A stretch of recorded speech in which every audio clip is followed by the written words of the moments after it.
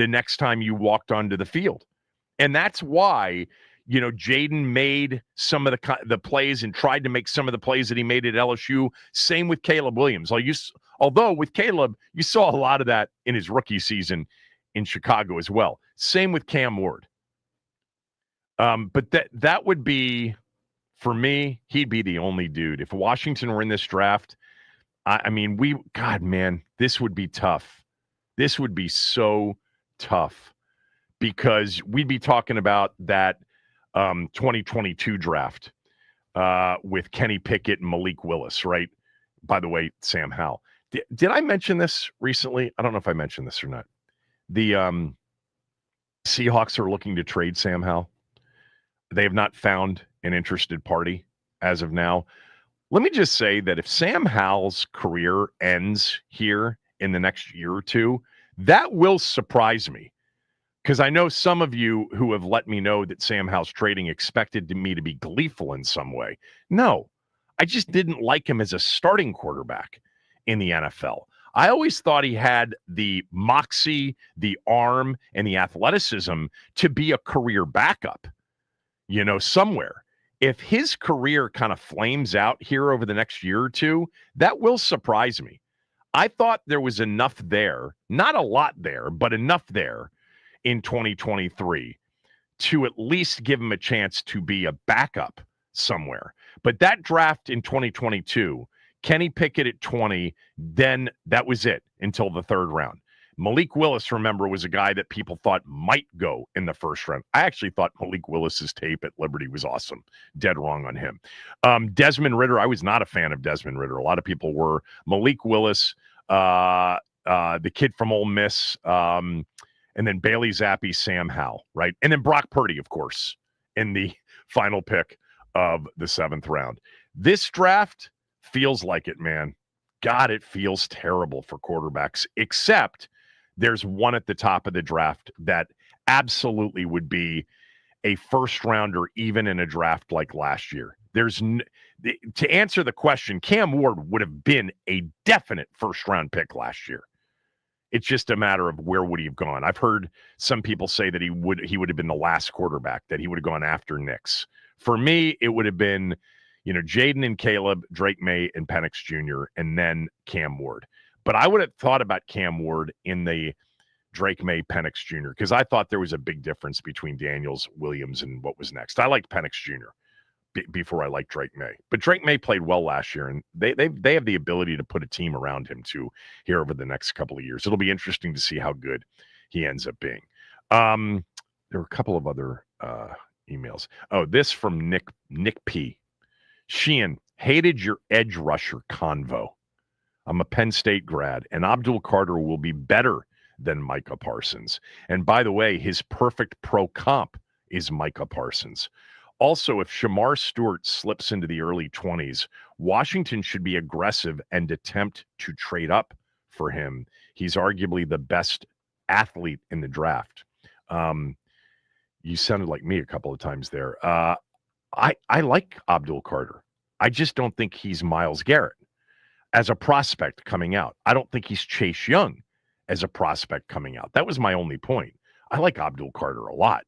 I think Micah Parsons is a good comp for him.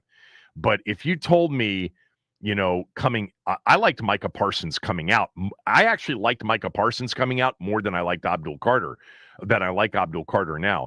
But I like Abdul Carter. I do. I like him a lot. I just was comparing him to generational players and talents, the way they were viewed coming out. And Myles Garrett and Chase Young were considered, generational, talents and players. And Myles Garrett's turned into one. I said, I think that, the Nick Bosas and the Joey Bosas, that he's right there and maybe even above them as a prospect. But I like Abdul Carter. The Shamar Stewart thing, look, I think I said this yesterday when I was doing the doing the edges.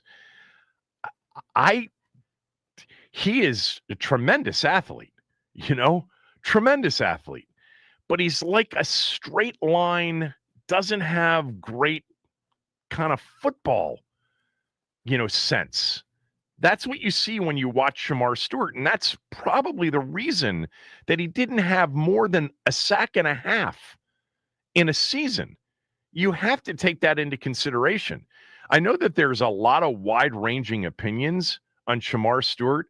The dude tested like Montez Sweat did. Montez Sweat was off the charts athletically. I loved Montez Sweat. Montez Sweat was a better football player in college than Shamar Stewart. He just was. But athletically, kind of the same thing. When you watch Shamar Stewart, you watch number 4 at Texas A&M, he's like, sometimes he's powerful, he's athletic, and yet he can't find the quarterback. It's very straight line speed. I used to say this all the time about Robert Griffin III, which is like the comparison was a terrible comparison when people said Jaden Daniels is athletic like RG3. RG3 was a straight line athlete. He did not have great peripheral, which is why he always got hit. He didn't see it coming. He could outrun people. There's no doubt about that. Give him daylight, he's going to outrun everybody, but he didn't have good feel. And then, by the way, he was such an awkward guy when he, got surprised by being hit.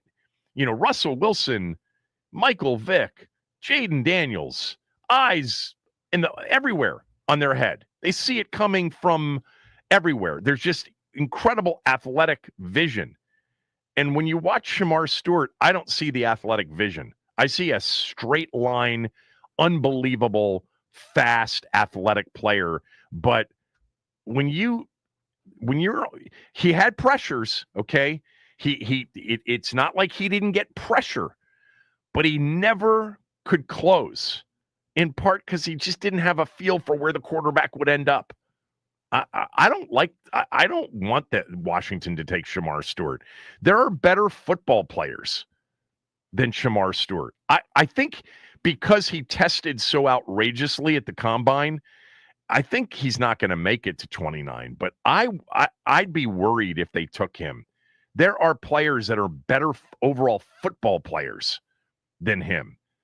That's one of those things too. Does coaching really turn you into, something that I think is more innate and feel? I don't think when you're a straight line and you can't find the quarterback and you don't have a good feel for space, is that something you coach up? I don't think so. I think it's more of a natural thing. So that's, to me, like one of those incredible Indy Combine athletic guys, and he looks unbelievable in the uniform.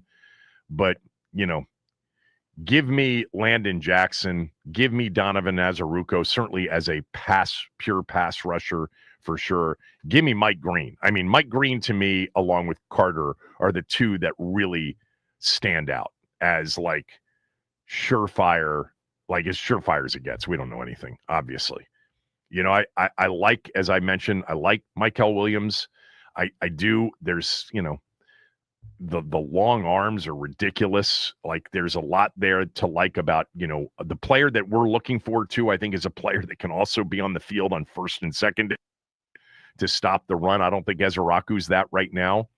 What else did I write down?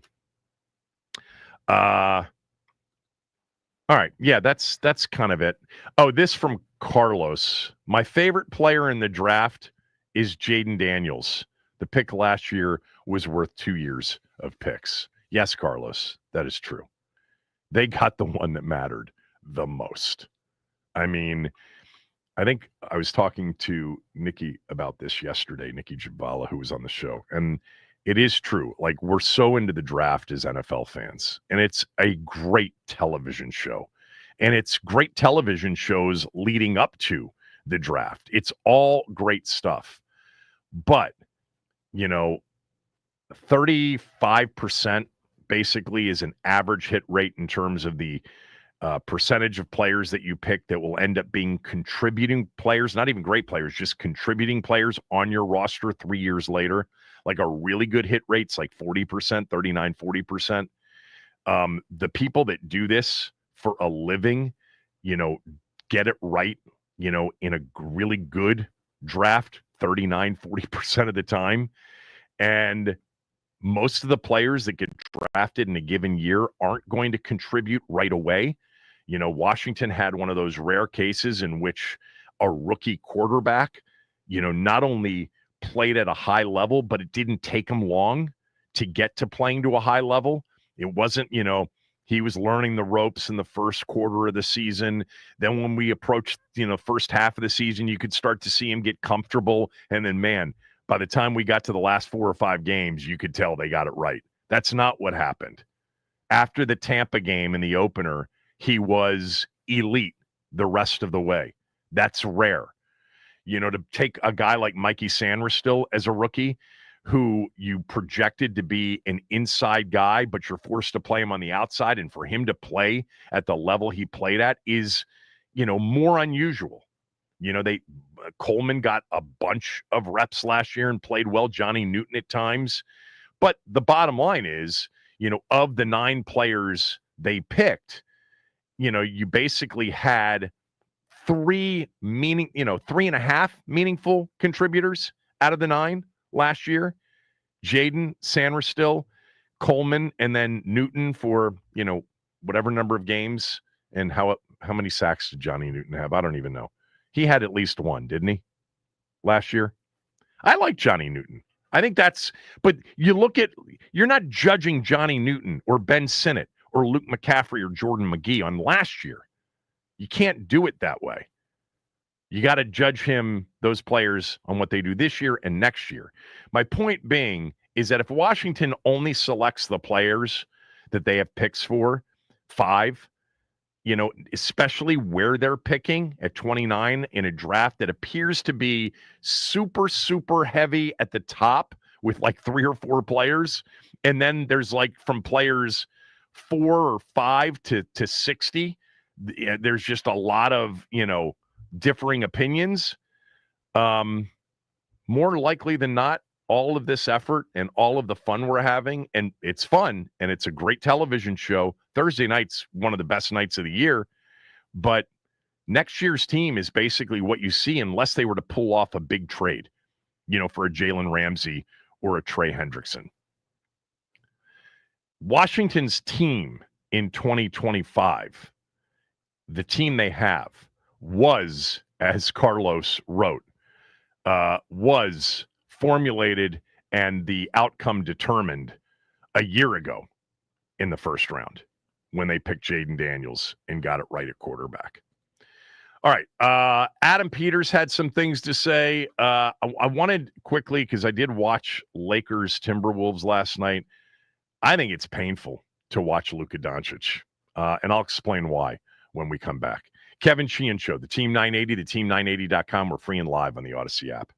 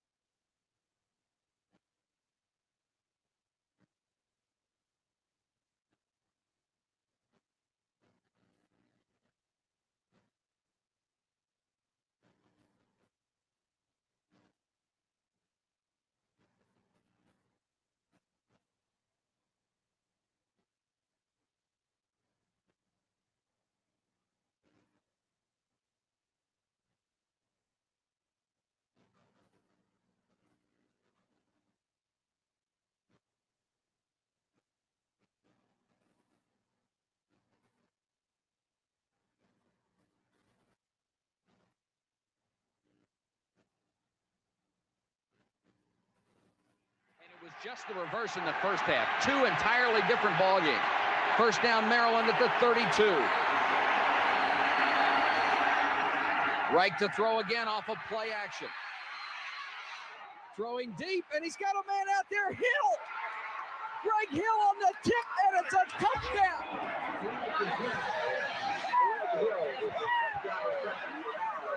touchdown. That, the voice of Mike Patrick back in November of 1984.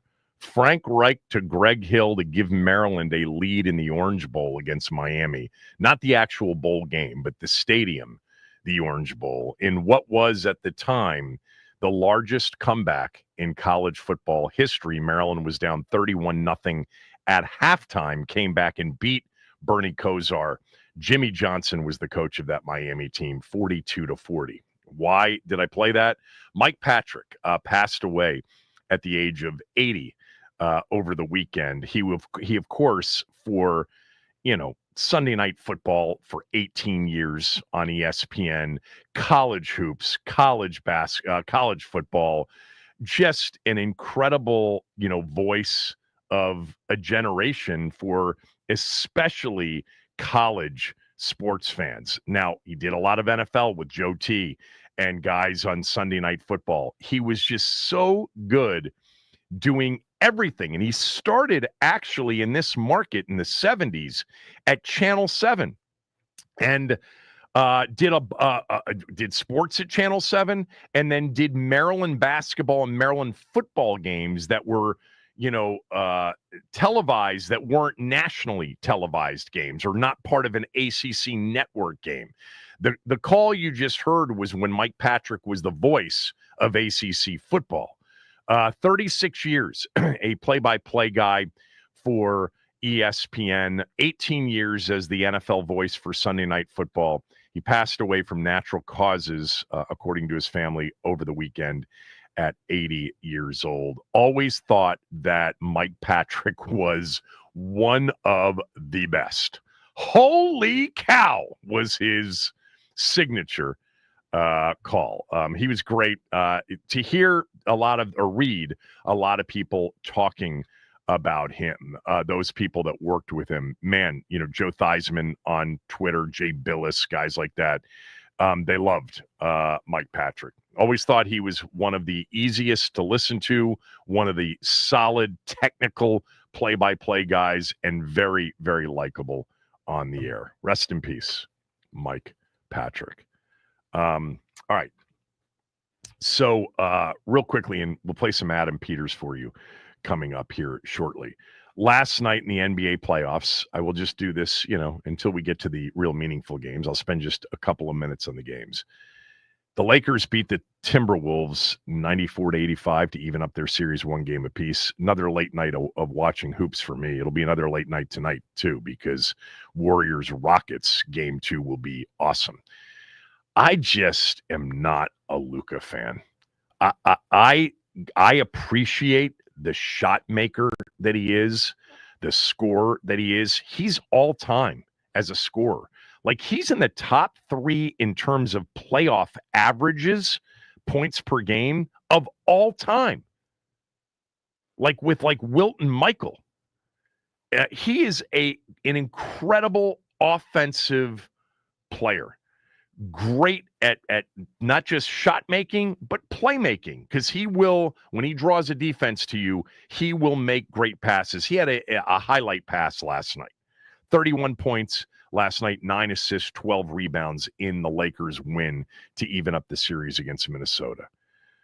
But God, is it painful sometimes to watch Luka from so many different, angles. And by the way, I'm not sitting here backing Nico Harrison for trading him, although I could understand some of the reasons for trading him. But the guy was an all-time favorite for Dallas fans. And for Nico Harrison, if we haven't talked about this, to say publicly that he didn't recognize or realize how much Luka was beloved by Dallas fans, somebody really should tell him to stop talking. That's another subject altogether. But Luka Doncic can only excel, it would appear, in a pure kind of ISO offense. I counted last night 10 possessions where there was one person offensively that touched the basketball for the Lakers, and that was Luka Doncic. I can't imagine that LeBron loves this playing style. LeBron's assist totals have gone down since Luka joined the team. And part of it is because Luka's dominating the ball.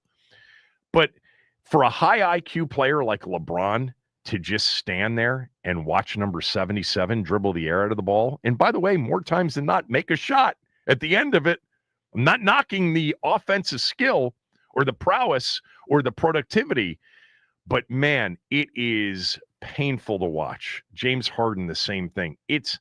I don't know how old school basketball coaches can sit there and watch that kind of basketball and enjoy it. You can enjoy the skill level because Luka's skill is beyond description. Both things are true. He is one of the most skilled scorers and playmakers of the day, and he may be, by the time he's done, all time. But he thrives in total ISO. Everybody stands around basketball. Sometimes it turns into two-man, but defensively, you got to guard him, and you got to think about doubling him. But other than that, you're standing around defensively. When you don't make a defense work, it's hard to win 4 out of 7 consistently, in my opinion. Last year, he got to the finals, man. Hard to knock it. He got to the finals. And had Kyrie Irving on the team too, and they had some real defensive stoppers. He is also a horrible defender, in part because he's just not interested in it at all. I actually think because of his size, and at 6'7" or whatever he is and 240, I actually don't think he moves his feet so badly, but he's just not interested. And then a lot of times he's a total non-participant defensively because he's arguing on the one end of the floor in which he didn't get a foul. When you watch the replay, he's wrong, honestly, 90% of the time. He's a serial complainer. And they got 2 of them on that team with LeBron and Luka. I mean, it is tough to watch, man. This is maybe a little bit of old man get off my lawn talk, but I can't watch that much ISO basketball and enjoy it. I can enjoy the shots he makes and, watching a painful possession end in incredible high-level skill. I just don't know how LeBron could like it. I do not see the Lakers getting to the NBA Finals. I just don't see it. They don't guard well enough with Luka on the floor and with LeBron now at 40. And they just don't make you work hard enough. I think they could easily lose this series to Minnesota. Minnesota's, I think, I wonder why J.J. Redick has settled for this. They were not, I don't think, as much of an ISO team before Luka arrived. Austin Reeves is a good player. LeBron's a smart player. Rui's played really well. Guys like Finney-Smith and Vanderbilt off the bench, they have some stuff, but, Luka. Just not for me, man. It just has never, ever been for me. The constant bitching and complaining is so off-putting, but the 10-plus possessions a game where just one player is going to touch the basketball on a possession is hard to watch. Despite the fact that what's also true is he is an incredibly high-skilled scorer. All time. I was talking to Tommy about this yesterday on my podcast. People like my sons who say, stop talking about the players from the 80s, and 90s and, how great Larry Bird was. I got that from my youngest son the other day when he said, come on, Larry Bird in today's game. And I'm like, you know what? All you got to do is watch Luka Doncic and watch how productive he is in today's game. Because if Larry Bird Larry Bird is not an ISO and wasn't an ISO player. There was no real ISO basketball in the 80s. There was 5-man basketball in the 80s offensively, especially when you got into, half court. You didn't have as much of the one person with the basketball. Dennis Johnson didn't cross half court without Ainge, Bird, McHale, and Parrish touching the ball on that next possession. But But Bird, Luka's, physical stature and his style of play with respect to his skill offensively, not the style, that's the wrong way to describe it. The skill is why you could absolutely, take Bird and plop him down in 2025. Now, he wouldn't be able to guard anybody. By the way, he couldn't really guard people back then. Luka can't guard anybody, but offensively, with the stretching of the floor on threes, Bird would have been a prolific, deep range, 6'9" 3-point shooter. He's taller than Luka. Whenever you hear, and Tommy mentioned this to me on my podcast yesterday, whenever you hear people talk about Bird from that era, you know what they say in addition to his greatness and his trash talking and all that? Is the people that say that they remember the first time they were on a floor with Larry Bird is what struck them is just how big he was. And that's something that you don't think about. But he was 6'9". Larry Bird was a big, tall dude. He absolutely could play today. Again, who would he guard? I don't know. Who can Luka guard? There are a lot of players you can say that about, but Bird would be a prolific and highly skilled offensive player. And I think Luka's a really good passer. Don't get me wrong. I think he's an excellent passer. Off of ISO basketball when, he feels the double and the defense converging on him. He has great vision. I mean, really good. But Bird's the greatest forward or larger passer of all time. I think Magic's the greatest passer in my lifetime of watching basketball, but Magic, even though he was 6'9", Magic was a guard. Magic was a point guard. Bird as a forward or center, Bird's the best passer of those two position groups of all time. Magic is the greatest passer, period, I think, in my lifetime of watching basketball. All right. When we come back, we'll talk some Adam Peters, what he said yesterday. Logan Paulson's going to join us at 11:25. Kevin Sheehan Show, the Team 980, the team980.com. By the way, the show is sponsored by the Team 980 YouTube page. Open up the app, go to the Team 980 YouTube page, open up the app, type in Team 980. That's the Odyssey app.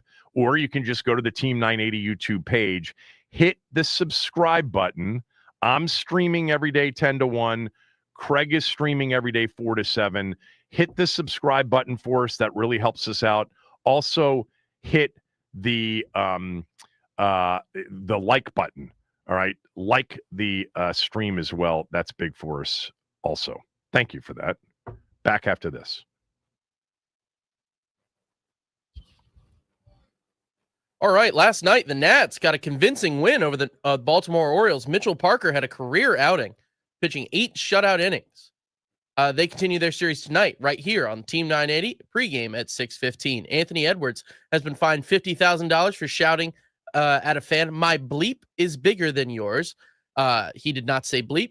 He has been fined over $370,000 total this season. The Steelers have re-signed Jaylen Warren to a 1-year restricted free agent tender. Speaking of the Steelers, Shedeur Sanders was asked for his Mount Rushmore of NFL duos on Max Crosby's podcast. He said Brady and Gronk, Rodgers and Devontae, and whoever the quarterback throwing to Pickens and Metcalf is this year. Interesting nuggets always this time of year.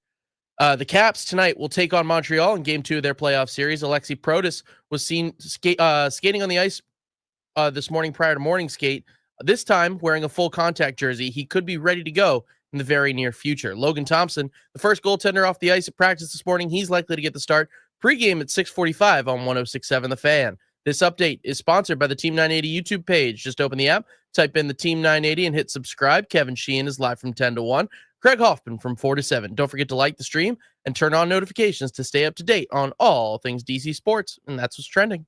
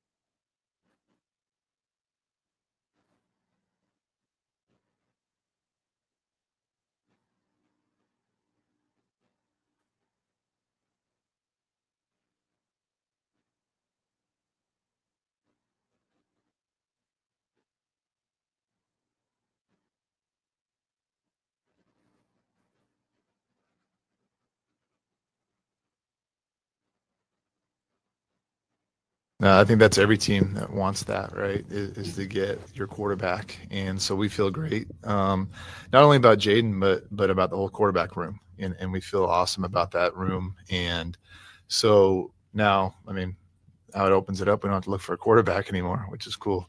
But really just looking for ways to support him and the rest of the team, make them better. That was Adam Peters yesterday, held his draft presser with Lance Newmark, and he was asked about, when you have the quarterback position solved, how it sort of opens up the draft board for other positions. And yeah, it's a lot more comfortable to approach a draft when you have that position nailed down and you've got a team that has a chance to be good. That was Adam Peters yesterday. Look, overall, I didn't watch it. I was doing my podcast during his thing, but I will tell you that I read through the transcript and I talked to a few people.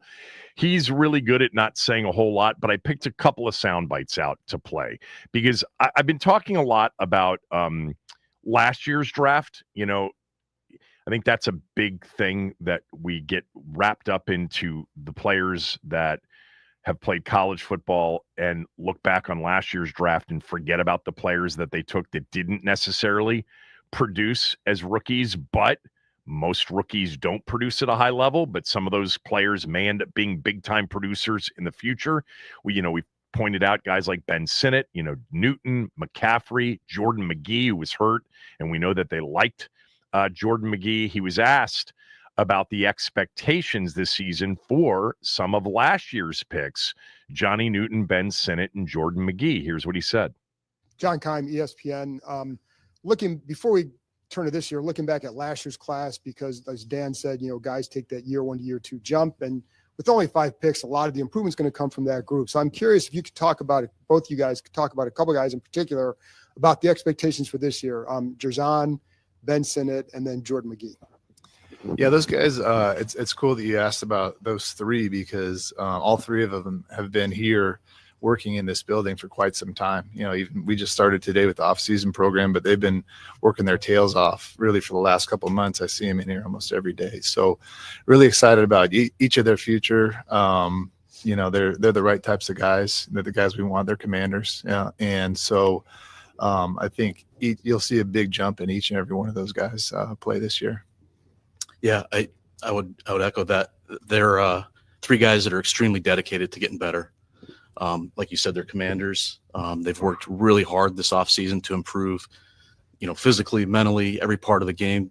They want to be contributors next year, and they're doing everything they can to do that. So they're definitely wired the right way, and they've worked really hard to be in position to do that.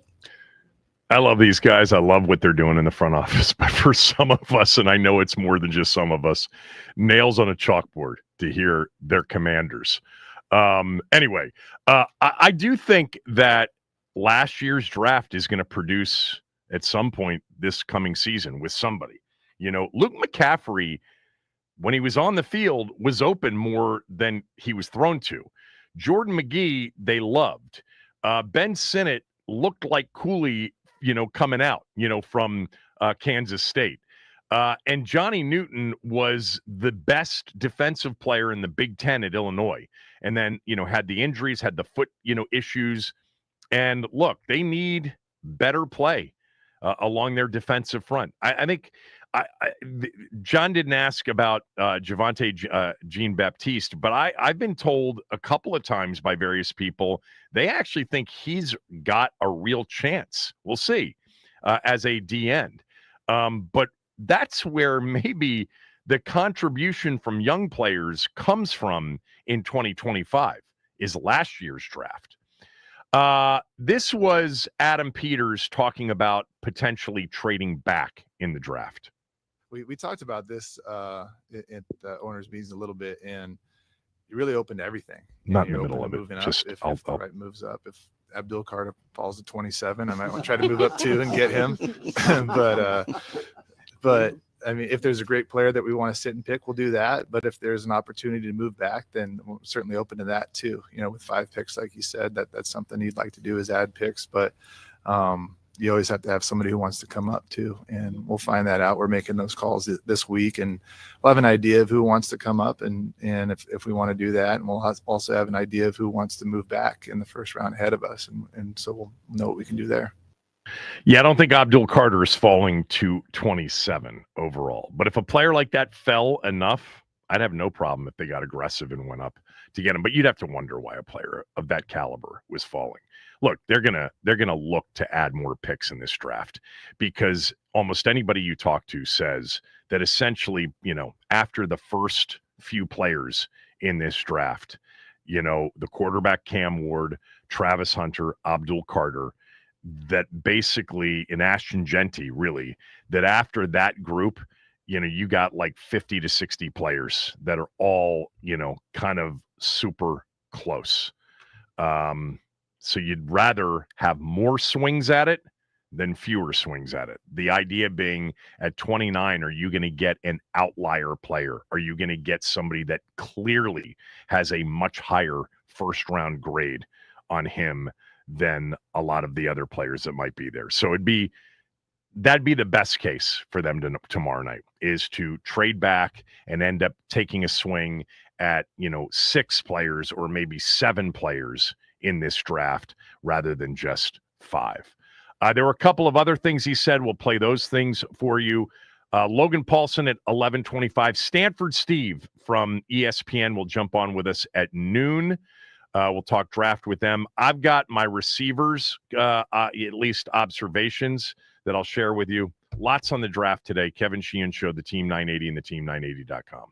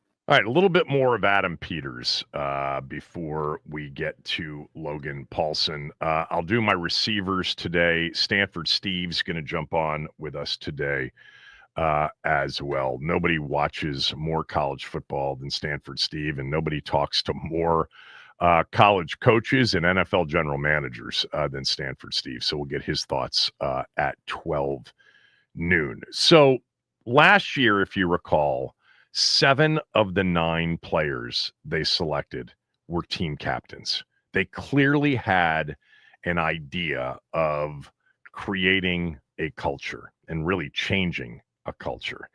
And it was important for them to find, their kind of guys, the guys that Adam Peters and Dan Quinn talked about when they first got hired. They said they had this shared vision.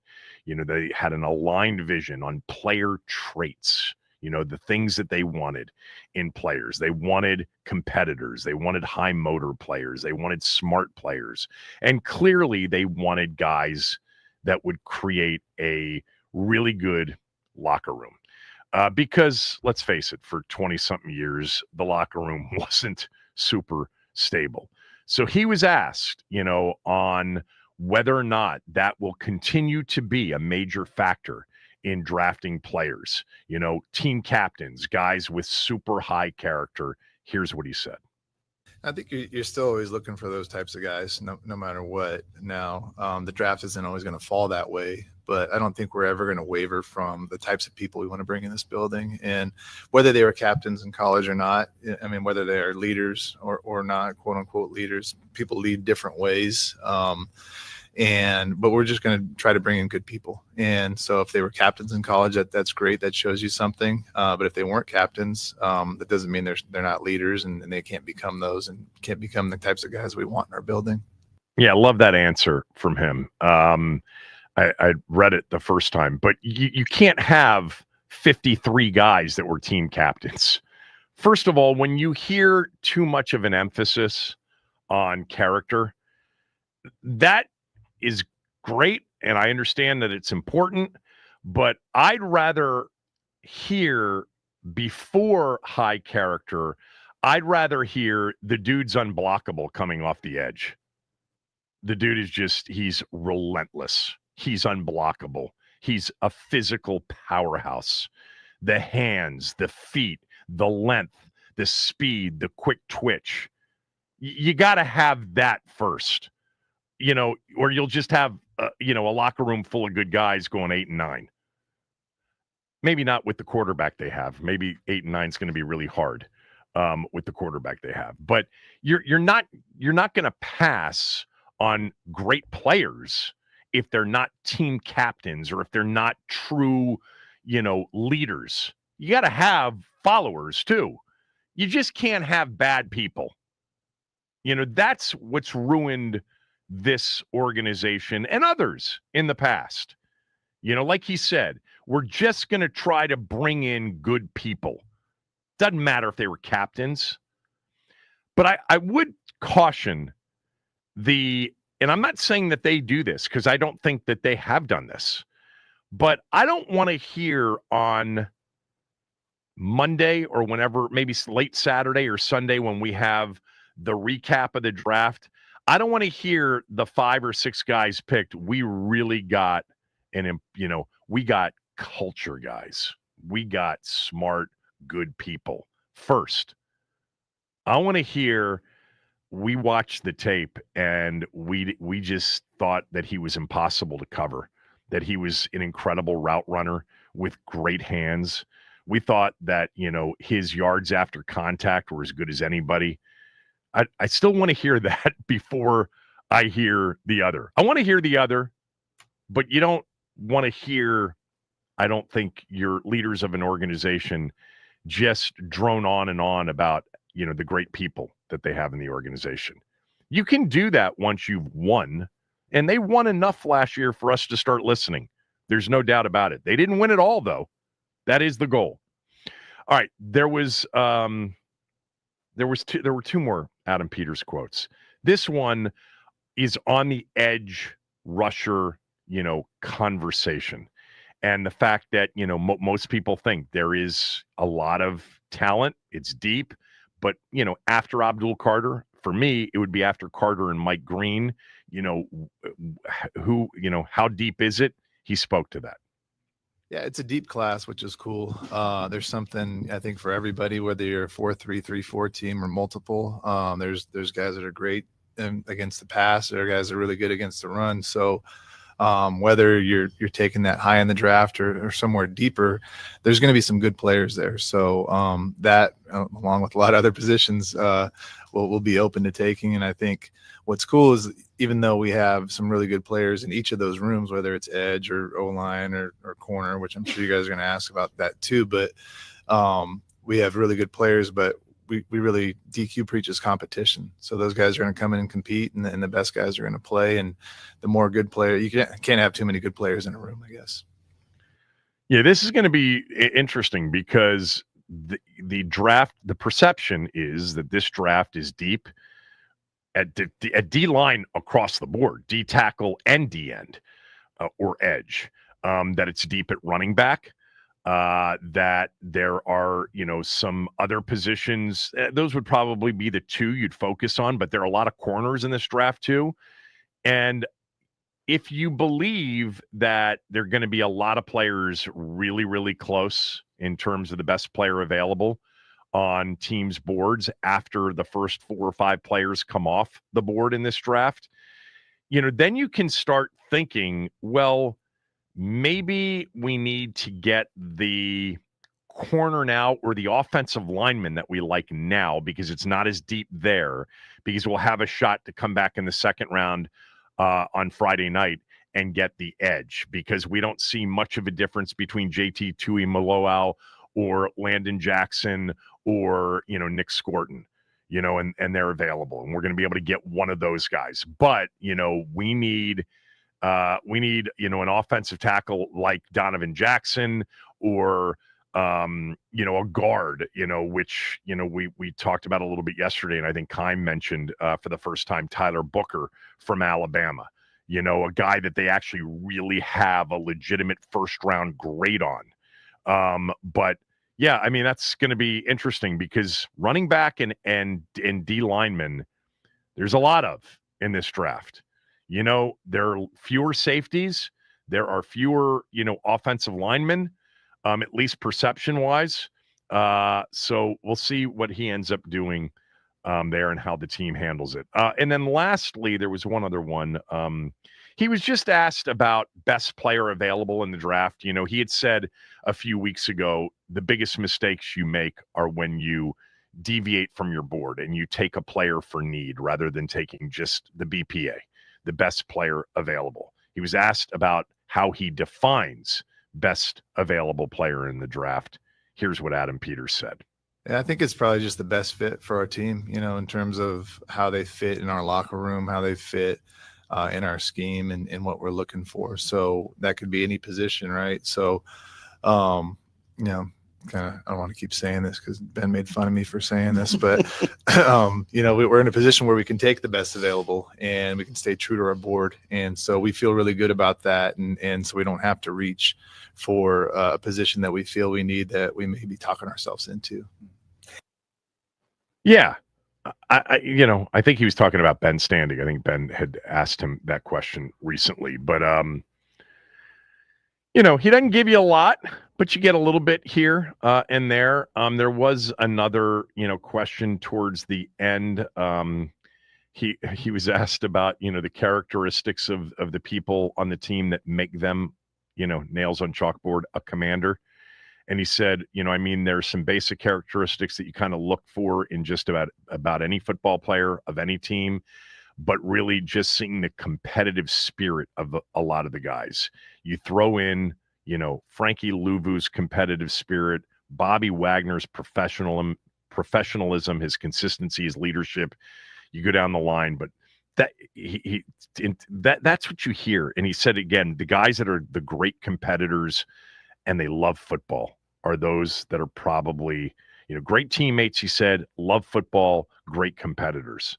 That's what they're looking for in the overall, intangible makeup. I mean, they talked about that right from the beginning. you still got to make sure that they can play the position at a high level when you pick them there. Going to be an interesting draft. They've traded away a lot of their picks for 3 players: Marshawn Lattimore, Deebo Samuel, and Laramie Tunsil. And those players are going to be huge to what they are able to accomplish in 2025 and beyond in the case of Lattimore and Tunsil. But yeah, tomorrow night, Saturday night, and Friday night and Saturday are going to be interesting.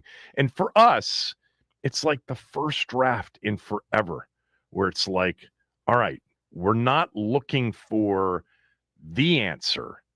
We're looking for support for the answer. We got the answer last year, the most important position in sports, and they solved it. They got it right. I mean, we might, if had Jaden failed and not looked the part, they'd be picking in the top 10 again. As by the way, they were predicted, remember a year ago, they were predicted to pick in the top 10 before the season started, even with Jaden at quarterback. But they're not picking in the top 10 because they got the quarterback right. Like this is, if you missed the season and you just tuned in for the draft and you saw the order, the one conclusion you could come to more than anything else is, man, Washington must have gotten it right last year with Jaden Daniels because they're picking 29th in the first round. And yeah, different draft for all of us, man. Even the drafts where they weren't picking super high, a draft like 2021 when they actually won the division during COVID, and you're sitting there going, all right, where's this draft? We were talking, potential wide receiver. We were talking linebacker, Owusu Koromoa, who went in the second round to Cleveland, but he had some health concerns, and they ended up taking Jamin Davis, which came out of nowhere. There was a lineman in Christian Darrisaw that was a possibility. It's not like they've picked at 2 every year. They traded back from 11 to take Dotson. Forbes, they took at 16. But, in 2 of the last 5 drafts, they picked number 2 overall. And you kind of knew where you were going with Chase Young. More of a debate with Chase Young. I'll concede that. There were many of you that said, no. Take Tua or take Justin Herbert, or trade back and take Justin Herbert. Many of you said that. I know many of you did. I did not. I was all in on Chase Young. I thought he was going to be, an all-time, dominant defensive player. By the way, he's played well last year. Good for him. He's older now. He's 25. He had 5.5 sacks last year in New Orleans.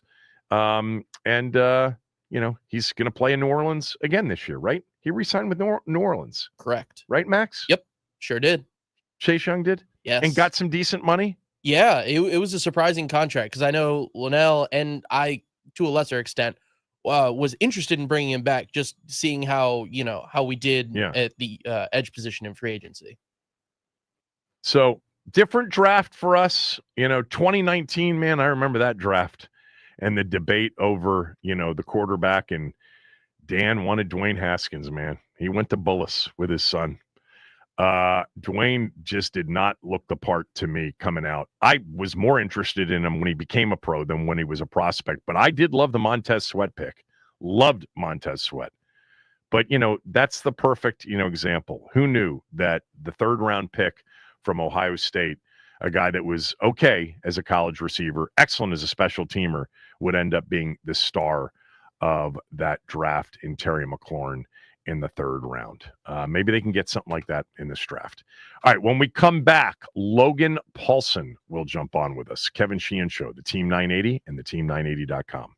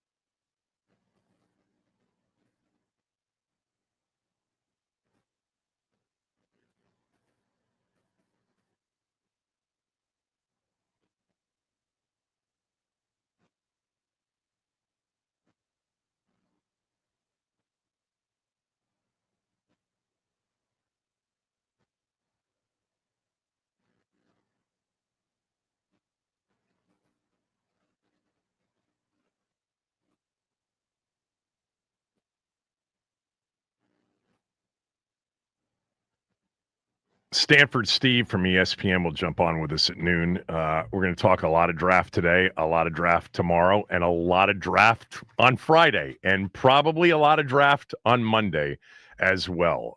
Joining me right now is Logan Paulson. Logan's awesome at analyzing football and talking Washington football. And I reached out to you yesterday because I saw that you actually put together a big board for this draft. So how much work have you been doing in preparation for the next few days? Yeah, I've done more work than I feel comfortable talking about live on air because it takes a lot of time. So I've watched probably like 78 prospects at the moment. So I put that in a big board of 100, wrote little write-ups on all of them, and then put it in a horizontal board that I'm going to use for the show on Thursday night. So done quite a bit of work, and don't know anything more than you probably do at this point because it's all just my own evaluations. But it's fun. I do enjoy it. Just took a lot of time. All right. So what? Give me your overarching theme to this draft, other than the fact that from our standpoint, we don't have to worry about quarterback. Yeah, so I think the overarching theme for this draft, generally, and then I'll talk more specifically about the Commanders. I think the number one thing to keep in mind if you're a fan of football, if you follow the draft even tangentially, is that from probably pick 5 to pick 55, 60, there's not that much difference. Like some years when you do the draft, you're like, oh, these guys are the top 10 guys. Oh, these guys are for sure first rounders. There's not really that same kind of vibe. So I do think that's one of the things that's really exciting about this year's draft is everyone says, oh, these players X, Y, Z are going to be mocked to the Commanders. But I think because of that crazy similarity between those picks, there's a really high likelihood that certain guys will fall that maybe you weren't expecting to be there, right? Or certain guys or certain teams will draft guys way higher than, kind of consensus boards will kind of indicate. So I think from a Commander standpoint, obviously, like that bodes well picking at 29 because you're not going to have to reach on a guy picking in the top 15 or the top 20. You can kind of let the draft come to you and make that selection. So what I do think, based on what Adam Peters has done this offseason, I think they've kind of set themselves up perfectly there to take quote unquote best player available. I know that makes some fans like very irritated, but I think in this year's draft, that's especially important because of how the draft could potentially matriculate down to you at 29. So I think that's what I'd say for fans of the draft.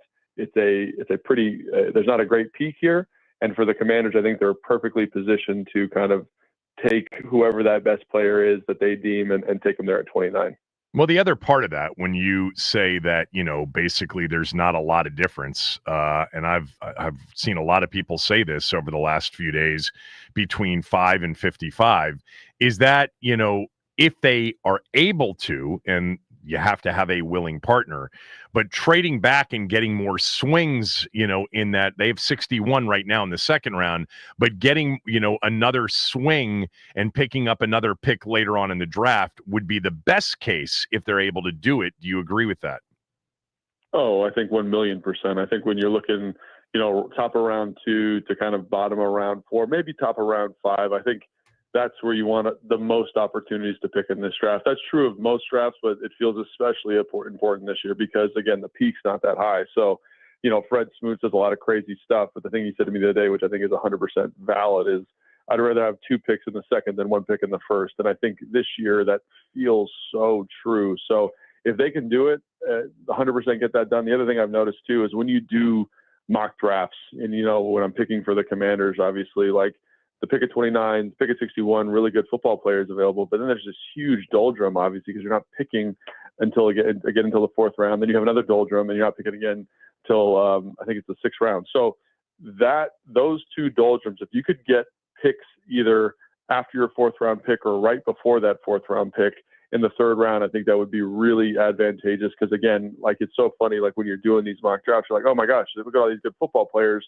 One of them will be there when we pick again at 128, I think is when we're picking, and inevitably they're all gone. So I think if you could again just accrue a little bit more draft capital in that 2nd to 4th round range, I think that would be the way to go. But like you alluded to there, I'm not sure you'll be able to because again I think a lot of teams are aware of how this draft is composed. And I think a lot of teams are going to be trying to acquire more draft capital there. Before we get back to the draft, let me just ask you about your personal experience. I'm sure I've done this before, but you were not drafted, but were you thinking you would get drafted in 2010 or not? What was the situation for you in the 2010 draft? Yeah, so for me, obviously, I was an undrafted free agent, and I had a really good agent who was kind of like, "This is what I think is going to happen. I think you're going to be a 6th or 7th round pick, but probably undrafted." And so, obviously, I'm having conversations with teams. I remember, talking with San Diego, "Oh, we're going to take you with the next pick." I remember talking with Dallas, "Oh, we're going to take you here with our last pick in the 7th round," and obviously talking to the tight end coach here at the time in Washington, and being like, "Oh, maybe I'll end up getting drafted, but obviously undrafted." But in some ways, I would advise for people in that situation who are 6th, 7th round draft picks, it's better to be undrafted, because then I can now pick between, for me, it was, Dallas, Washington, and at the time, San Diego. And I got to pick a situation where the numbers in the room were right. I knew the coach. And when you're drafted, you don't have that same flexibility. So I really gave myself the best opportunity to get drafted. And I really credit my agent, Steve Carrick, with that, kind of prepping me mentally for the possibility of not getting drafted, and then having a really solid plan about of the teams that were showing interest, where was the best fit for me. You said you knew the coach. That was year one of Mike Shanahan and his coaching staff. How did you know the coach? So I knew John Embry. So John Embry was right. the tight end coach my freshman year at UCLA. Yeah. And then his son, I played with his son at UCLA for 4 years. And then John Embry came back my 5th year, senior year, and was a consultant with the team. And so I knew him really well. He recruited me. He sat in my living room, drank coffee with my parents, did the whole thing. So, that's how the coach, when I say the coach, that's how I knew the tight end coach. All right. Well, I'm glad you picked Washington, because, it doesn't, your first team doesn't mean the team that you'd end up spending, the rest of your life in the market and being a significant, sort of analyst in the market, but it turned out that way. So we're glad that you picked Washington over Dallas. Logan Paulson is joining us. So you've given sort of your overarching theme to this draft. Trading back would be great. I kind of agree with you. I think a lot of teams will kind of figure that out. And if there are quarterbacks that a team wants to get up to draft, there will be other options too with teams in the late 20s. Give me, other than the trade back, give me your best case for Washington at 29. I'm sure you've thought about the players, the position. What would be the best case result?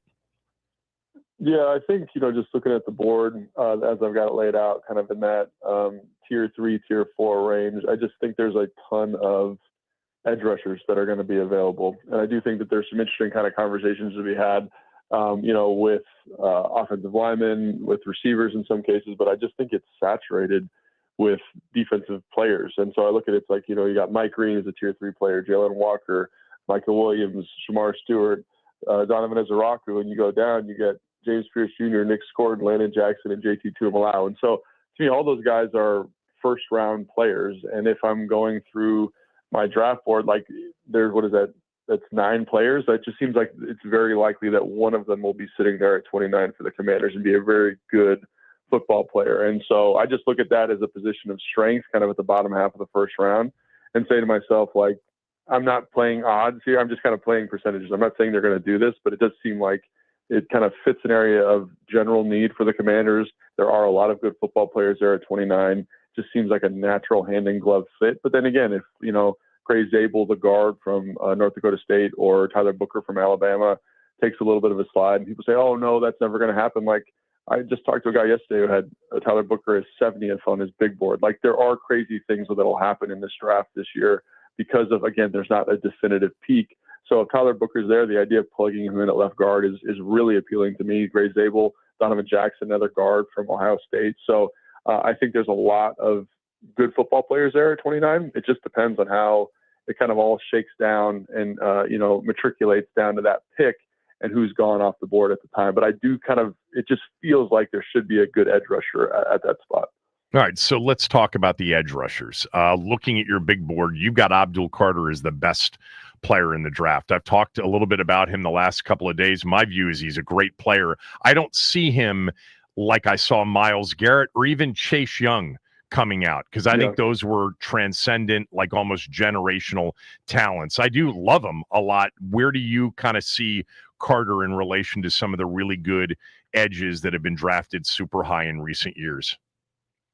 Yeah, I think, Myles Garrett was special. He was like unicorn special, like watching his film, watching his production, watching the athletic profile. I kind of put him not exactly where Chase was, because I didn't think Chase was special, but he's kind of in that similar bucket. And I think he reflects maybe a more modern understanding of the defensive end position, a guy that can line up in multiple spots, a guy that has this tremendous bend, think more akin to like Von Miller as opposed to Chase Young, who's this kind of bigger power rusher. So I'm very, very high on him. I think he, like when you watch the film, like his get off is, there's like Travis Hunter's ball skills, and then there's Abdul Carter's get off, and his ability to stress the tackle every single play, every passing down. He can drop into space. He works well, as a zone dropper, which is tremendous. So I just think he's a very, very, he's a blue chip prospect in my opinion. And in a draft where there's not a lot of them, that's why it stands out so much. But to me, he's closer to Chase Young than I think a lot of people want to admit, or at least for me. And so I'm very, very high on Abdul Carter. All right. Washington's obviously not going to have a shot to get him. So let's talk about the rest of them. And you ripped off some names and talked about 9 of them. Give me the guys that you think they'll have a chance to choose from at 29. Well, that's the thing that I'm having such a hard time with, is because depending on who you talk to, like, for example, Mike Green is my next edge rusher, right? Me too. I love him. He has some off-field concerns, but the more teams I talk to, it seems like they're okay with that. So to me, you should take him early, right? But if you're like a traits drafting team, you're going to draft, Michael Williams or Shamar Stewart ahead of him, right? So all of a sudden he's sliding down the board, and then maybe you have a better grade on Donovan Ezaraku from Boston College, and then maybe James Pierce Jr. So even though I see this class in a certain way, like I think that's the great thing about this draft this year, is any one of those 9 players could potentially fall. Now, for me, the guys that I think are most likely to be available at 29 are like Donovan Ezaraku, James Pierce Jr., Nick Gordon, Landon Jackson, and JT Tuimoloau from Ohio State. Like those are the 5 guys that I think are most likely. But I think those other guys like Shamar Stewart, I think, Michael Williams, Jalen Walker, and Mike Green, like in a world where there is not a clear, definitive standout guy, that all those guys have questions. Mike Green, it's the off-field stuff. Jalen Walker, it's the position switch. Michael Williams, it's the injury, lack of production. Shamar Stewart, lack of production. Donovan Ezaraku, kind of the size profile and, kind of mixed performance in terms of against the run. James Pierce Jr., off-field stuff. Like, they could all fall. And I think that's what's so interesting about it. Again, I think James Pierce Jr., Nick Gordon, Landon Jackson, and JT Tuimoloau are the guys that'll be there. But I do think any one of those 9 guys could be there for Washington. And again, that's one of the reasons I'm so excited for Thursday night to see how it actually does shake out. All right, so let's go with what you projected, because I think that's fair based on kind of a consensus of the mocks. Ezaraku, Pierce Jr., Tuimoloau, Landon Jackson, and Scorton. They're there because I've talked a lot about these players as well, and I'm really curious to hear what your opinion is. Like, if you had that bucket of players and they all sort of were right there in terms of best player available, give me the order. Yeah, so for me, it's Donovan Ezaraku has to be, I think, number 1 there. Like, he just is such a dominant pass rusher last year in 2024. Like, he's got every move in the book. He's got a great feel. He understands how to stack moves over the course of a game. So to me, he kind of just seems to perfectly fit with what Washington is lacking. Then I'd probably go Nick Gordon. And I know Nick Gordon wasn't overly productive last year at Texas A&M, but you look at him in 2023 out of Purdue, he's got 11 sacks, and he bulked up a little bit last year, I think probably unnecessarily so. But man, like, I don't know if you've watched him, Kevin, but he plays with such passion and such energy, and he's so physical. And I'm like, that's a commander style football player, 100%. And then I'd probably go James Pierce Jr. Again, I know people say he should be higher. The get-off's tremendous. I respect all of that insight. Stylistically, I think he's a pure speed rusher. He's going to attack the upfield shoulder of the tackle. Those guys tend to have mixed success at the NFL level. If you don't have a dominant power rush, like, I get a little bit concerned about that. And then there's the football character concerns, which, You know, the more as we get closer to the draft, that just becomes more and more of an issue. I love Landon Jackson. I love JT Tuimoloau. Like, again, for the same reasons that I love Nick Scored. Like, Landon Jackson is maybe my favorite player in the entire class. He's a little bit stiff, but man, he plays so incredibly hard. You know, he's a big guy, right? Exactly. So, and then JT Tuimoloau is maybe like he's got this smooth kind of basketball fluidity, but is a NFL defensive end. So that's kind of how I see that group shaken out. But there's 3 football players in there, 4 if you count JT Tuimoloau, that I'm absolutely in love with, and obviously James Pierce Jr. If he's a Commander, I'm excited, but as of this moment, I'm a little on the fence about him in terms of the off-field and just general play style at the NFL level. Yeah, I love Jackson, and I love Tuimoloau. He was a basketball player. He got recruited to be a D1 basketball player, and you see it in his game, just how athletically sort of the feel he has in space. But back to Ezeraku. So he would be your number 1. Can you play him on first down, or is he just a pass rusher? Yeah, I mean, he does feel like Dante Fowler a little bit last year. You know, a guy that who is a little bit slinky, a little bit undersized. But when you watch him, he does have really good arm length. His arms are 34 inches. He's 6'2", but his arm length is 34 inches. And you do see him shock offensive linemen with that length. And I think that's something that people sleep on, is even though he's a smaller guy, that length is something. And again, I've played against guys with long arms. Like I played against Danielle Hunter, played against DeMarcus Ware. Like it is a thing. Like I used to outweigh those guys in some cases by 20 pounds.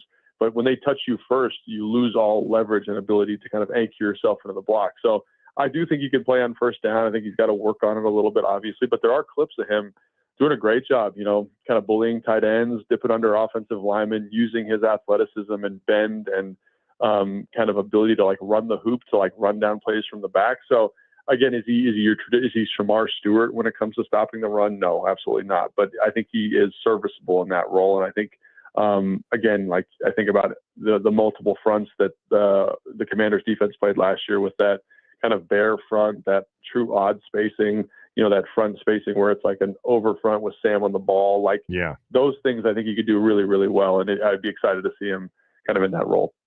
The guy that, you know, has that Danielle Hunter, that super long arm kind of reach is that guy, Michael Williams. I mean, oh my gosh.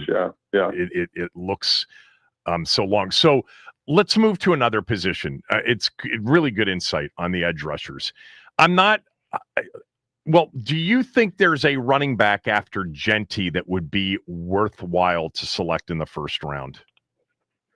Yeah, I think in a draft class that's kind of devoid of top shelf offensive playmakers. So for me, it goes Genty, Colston Loveland, Tyler Warren, and then there's a couple of receivers in there, Golden, Tetro McMillan, and Buka. And then the next guy for me is Hampton from North Carolina. And I think when you're talking about an offensive weapon, like I definitely think Hampton is a guy that would be worthy of the 29th pick. The thing, you know, I've done a bunch of mock drafts. He's been there. I get really excited because I love the film. Reminds me a little bit of like Eddie George-ish, kind of this upright running style, great contact balance, pitches the football well.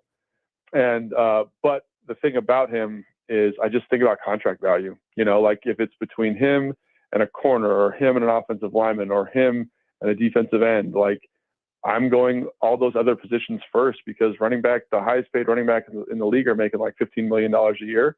Those other guys are making, you know, if it's a receiver, it's, you know, $35 million, $40 million, edge rusher, $40 million, offensive lineman, $35, $40 million. So I just think you want to, just because of the contract value, I'm not sure that it's worth it. But in terms of the player, I definitely think Omarion Hampton fits that bill 100%. But you don't think they'll take a running back in the first round? I don't. I mean, I think the contract value thing is one, but also I think it's a very deep class. You know, I think you got guys like Travion Henderson, Johnson from Iowa, and then you've got, you know, Quinshon Junkins. Like those guys are good football players. Then you get down into like the Brashard Smiths from SMU's, the Basil Tutons from Virginia Tech. Like there's a lot of good football, like Rocket Sanders from South Carolina. Like there's starting caliber, maybe not starting caliber, but definitely rotational caliber running backs well into the 5th, 6th round. So again, if this was a shorter tailed running back class, I'd probably say, yeah, I'd be more comfortable taking a running back at 29, but it doesn't feel like that's necessary because of how many good running backs there are in this class. Yeah, totally agree. By the way, you didn't have my guy in your top 100. The guy I love is Martinez from Miami. I don't think I know saw you him. love him. He's just outside for me, just outside. Okay. So give me, since you've done all this homework, give me, because I know you fell in love with a couple of players in doing this. Who are those players? Yeah. No matter where they are in your top 100. Yeah, so a guy from UCLA, Kane Maderno, linebacker. He wears number 20 for them, Yep. and everyone thinks about Schlesinger, the linebacker, number 45, but Maderno's number 20. He kind of plays like this star safety. He plays middle linebacker sometimes. He plays edge rusher sometimes, and I have not seen a more competent athlete, in terms of spatial problem solving. Like, he can run. I've seen him cover receivers in the slot. I've seen him rush tackles. I've seen him take on offensive linemen. Like, his flexibility in the defense is just tremendous. The one thing that gives me pause is he's a good tackler, but he's not an overly physical tackler. So that makes me a little bit worried. But the athleticism, the flexibility he would give to a defense, the special teams value, I think would be tremendous. Another guy is an offensive lineman from Iowa State, Jalen Travis. Like, I can't get anybody to get as hyped up about him as I am. But, he's 6'7.5". He's 340. He ran a 5.1 at the combine. He's a 35-inch vertical. He's got 35-inch arms. Like, I don't care who you are. Like, that profile, that physical profile, plays tackle at the NFL level. Like, he went to Princeton, transferred to Iowa State, and he's slowly getting better year on year, game on game. And so I just think his arrow is pointing up. And then the receiver from Iowa State, Jalen Knoll, is one of my favorite players in the class. Like, he's just a competitive son of a gun, and I just enjoy watching his film. He can win from the slot. He's got the big playability. And then Femi Oladejo from UCLA, like, I fell in love with him at the Senior Bowl. Just a competitive, violent pass rusher who, again, is transitioning from off-ball linebacker to edge. But I just love his physical, competitive makeup when you watch the film and when you talk to people about him. So those are four guys that I really adore their film. Just one more, because I'm about to talk about receivers, but he is in your top 100. Can anybody cover Kyle Williams at the next level? Oh, the receiver my goodness. from Washington State? Yeah, man. He was. I think I described him in the big board as the receiver's receiver. Like, yeah. What did that mean? Everything. So what that means is, like, everything that, like, nerdy receiver guys do and love, like he does. Like, he varies his tempo. He's got great release packages. He understands how to double stick. He understands how to push in the blind spot. He catches the football well with his hands extended from his body. He's great after the catch. And I probably should have had him higher because he does all that stuff so well. I think level of competition had me a little bit spooked. But, man, like, he is – watch him at the Senior Bowl, excellent. Watch his college film, he's excellent. I think body size is a little bit concerning given, like, lack of, like, true top end speed. He's fast, but he's not like 4.3 fast. He's like a 4.45 fast. But I really like him as a player. And if he were to come here to Washington, like, that would be a tremendous fit, But, yeah, I love the player for sure. Your favorite Travis Hunter's your favorite receiver in the class, I'm assuming, right? I mean, if you just said receiver, like pure receiver, it's Matthew Golden because he's so polished. But in terms of upside, it's definitely Travis Hunter at DB and wide receiver. Like, I can't believe Golden ran what he ran. In going back and watching him, he doesn't look sub 4.3 fast to me. Is he? I totally agree. Craig pointed this out to me, because Craig does all the coaching and the training stuff. He's like, he ran a 1.46 10-yard split, which is crazy fast, and that shows up on tape.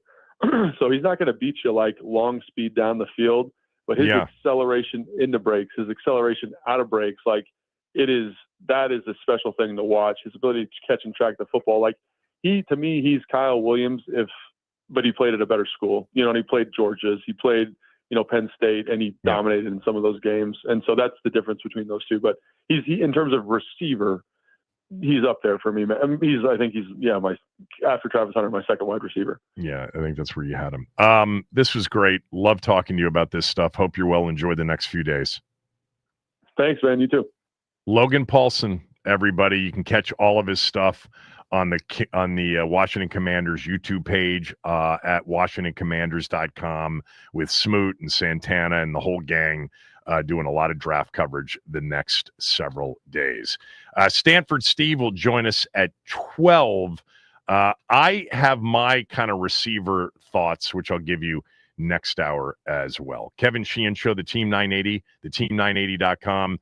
Stream us on our Team 980 YouTube page. And when you get there, hit the subscribe button and hit the like button for us.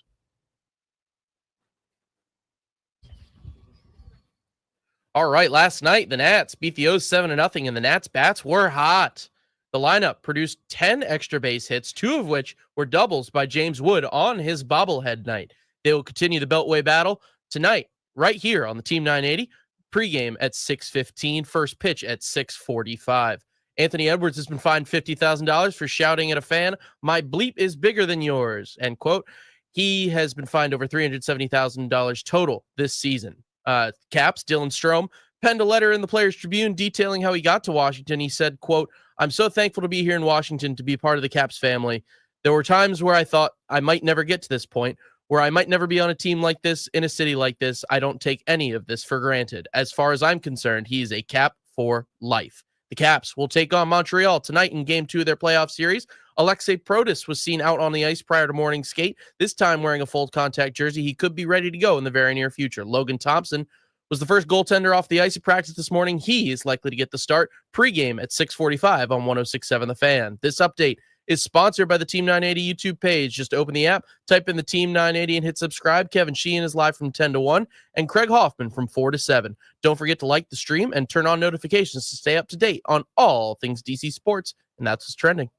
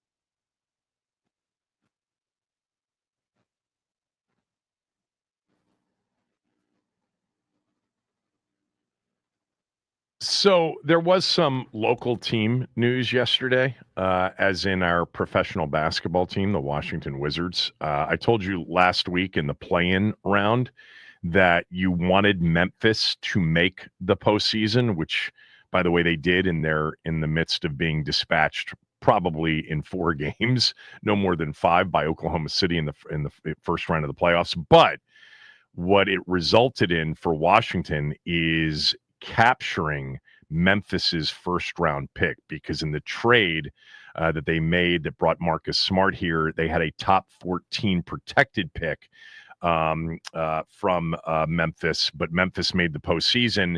And in a coin flip yesterday, which would determine if Memphis was the 18th, 19th, or 20th pick in the first round, they are the 18th pick in the first round, which means Washington will have number 18, the best case scenario from Memphis in the draft coin flip yesterday. Now, the actual draft lottery, that happens in 3 weeks, 2 or 3 weeks. So we'll find out where the Wizards pick with their own number 1 pick overall. Hopeful to get number 1 overall to get Cooper Flagg. But Washington will have, hopefully, a number 1 or number 2 or number 3 worst case.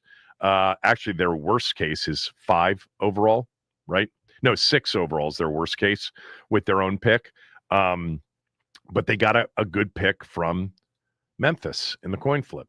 So maybe it's an indication that some good things are coming their way. By the way, Troy Weaver, who was a consultant for the Wizards front office with Will Dawkins, et cetera, was hired to become the senior vice president of basketball operations by the New Orleans Pelicans. So he spent a year here and moves on to New Orleans. There you go. All right, when we come back, Stanford Steve will join us. We'll get his draft thoughts. I've got my receivers kind of ranked.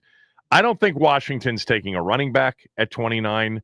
I don't think there's a running back worth taking at 29. And it's because of the depth of the running backs in this draft. And I doubt that they're going to take a receiver in the first round. But there is a receiver, when I started to look at all the receivers, that I fell in love with, and nobody has him anywhere near the first round. We'll do that later on in the hour. But Stanford Steve next. Kevin Sheehan Show, the Team 980 and the team980.com.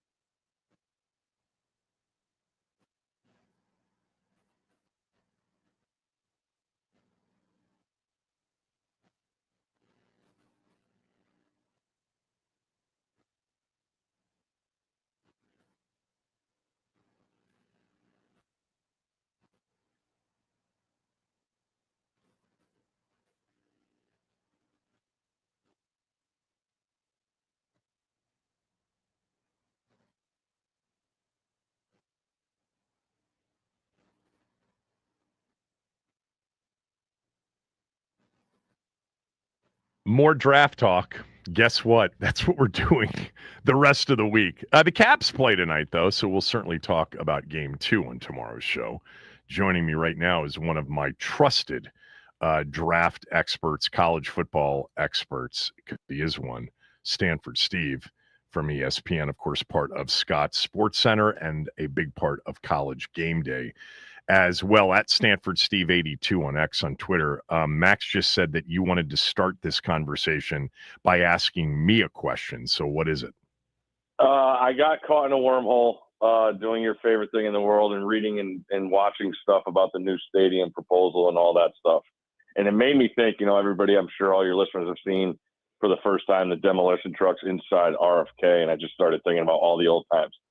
But I had a number in my head. Has FedEx Field only hosted 2 Redskin or Commander home playoff games in the 26 years? Is it the RG3 game and the Heineke game? No, three. They hosted in 99. They hosted the Lions in a wild card game. By the way, Gus Frerotte was the starting quarterback for the Lions. Washington won that game with Brad Johnson. By the way, there was an accident on the Beltway, and the crowd basically wasn't in their seats until midway through the second quarter. Then the RG3 game after 2012, this against Seattle, and then Cousins and the 2015 NFC East champion Redskins hosted the Packers in a playoff game at home. And then Heineke. So there's 4. Oh, my God. Of course. Yeah. Jesus. Yeah. The other day, I was mentioning the playoff games, and typically somebody would have mentioned that to me, but nobody did. It took you to mention it, but the reason that it's forgettable is there were no fans. It was COVID. You couldn't go. Yeah.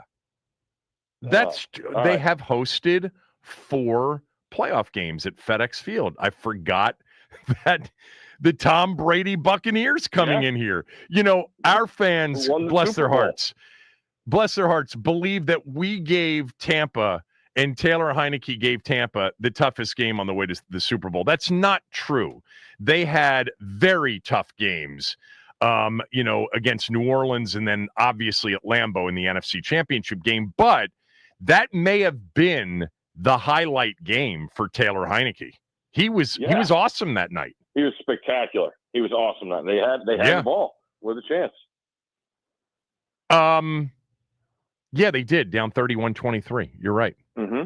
Yeah, so good for 4. If you want to count Tampa in 2020 or January 2021, the stadium hosted a whopping 4 playoff games. But guess what? I think it's going to host a lot more in its final 5 seasons.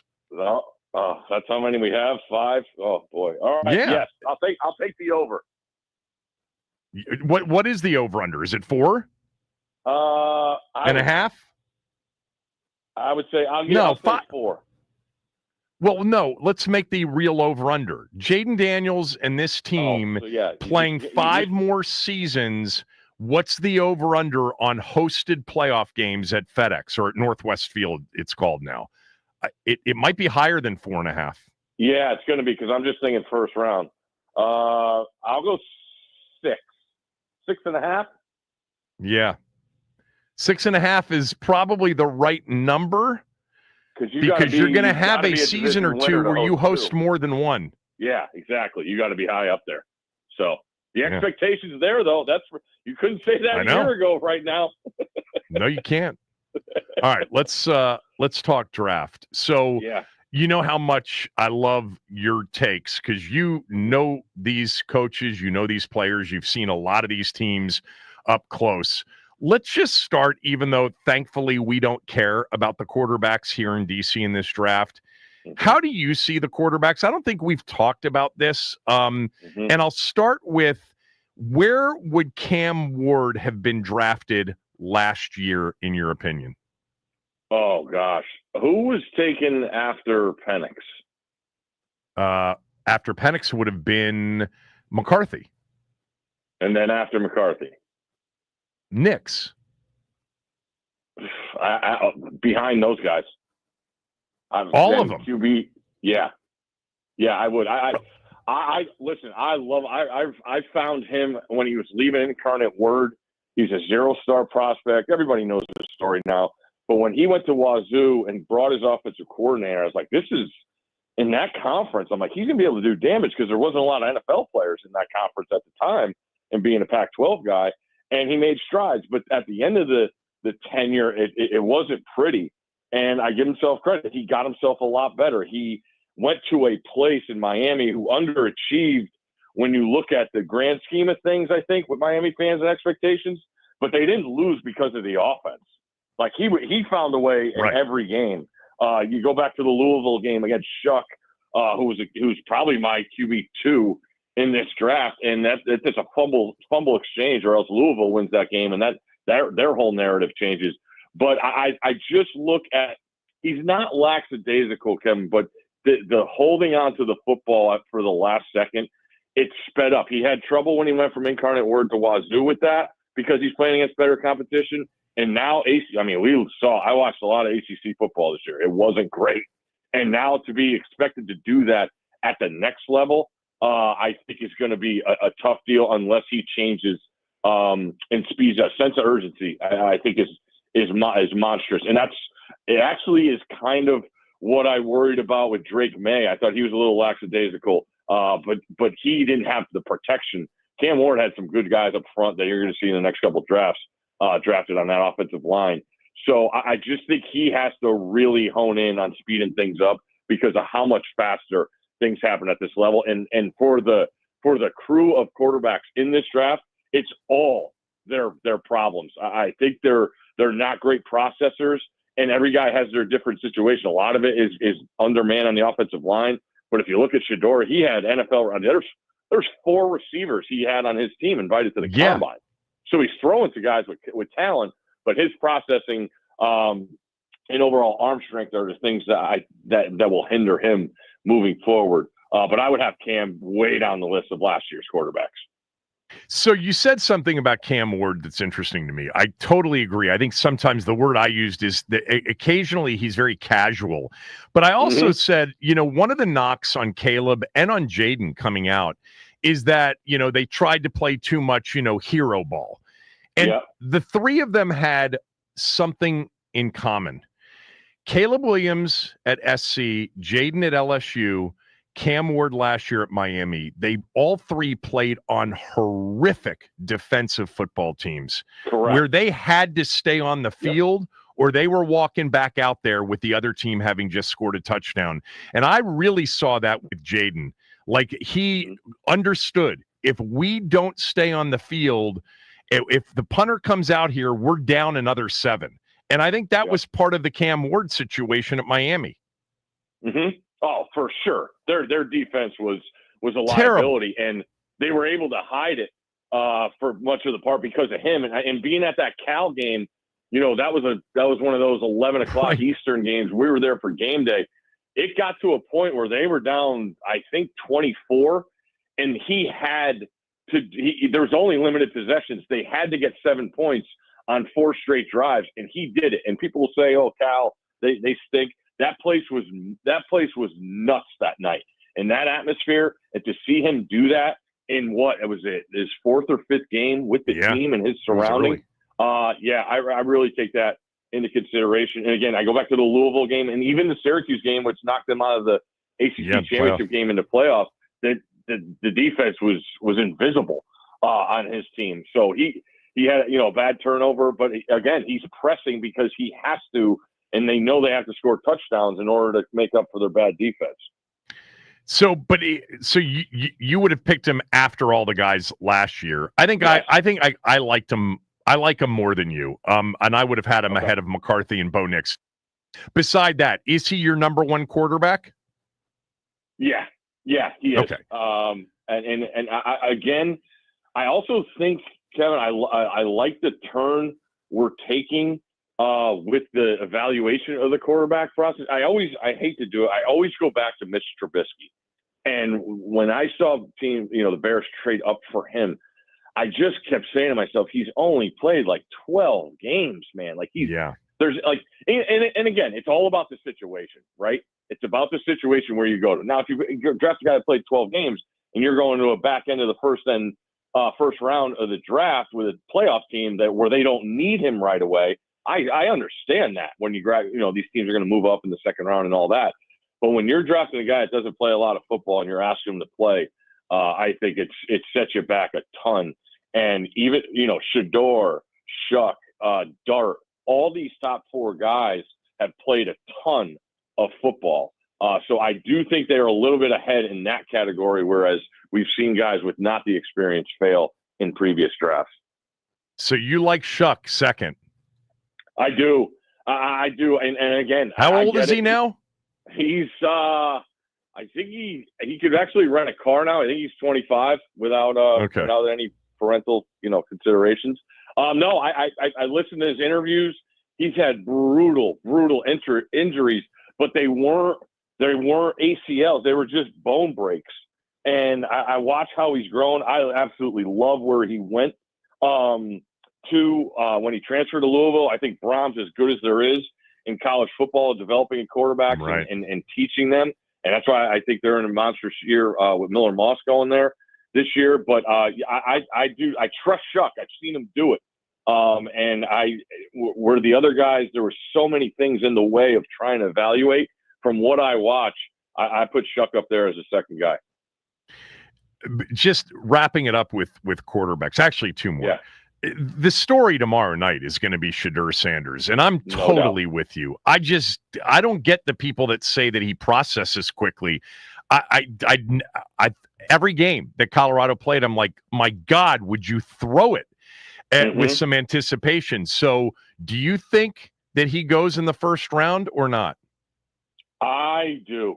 I think it's going to be a Lamar Jackson scenario. I don't think he's going to go early. I think those teams. What people keep saying, Cleveland and New York at the beginning of the second round, and I think the Commanders are a prime team for that. Knowing that they only have 5 picks and it's a chance to get more picks, I think a team jumps up and I was listening to McShay do the point system, and it makes sense to jump from 34 to 29 as opposed to going from 34 to 9. So the issue I still think with a toughness level, Shedeur's at the top, man. He got his butt whipped for years, but so many throws behind or at the line of scrimmage, and just the idea again, like you said, of holding on to the ball. You got guys that could separate and get open, and I just didn't see that enough in the second year. The first year was a catastrophe because of the protection, but I do. In his overall arm strength, I don't think he compares to the other guys. They all have him. Now, if he could speed up his processing, and obviously we've seen quarterbacks do it with not great arm strength, but they're that good processing in pocket. He's great in the pocket. His pocket presence is great. But just the overall, just got to get better at processing things. Yeah. And that's the number one thing now when I look at quarterbacks when they take the step to the next level.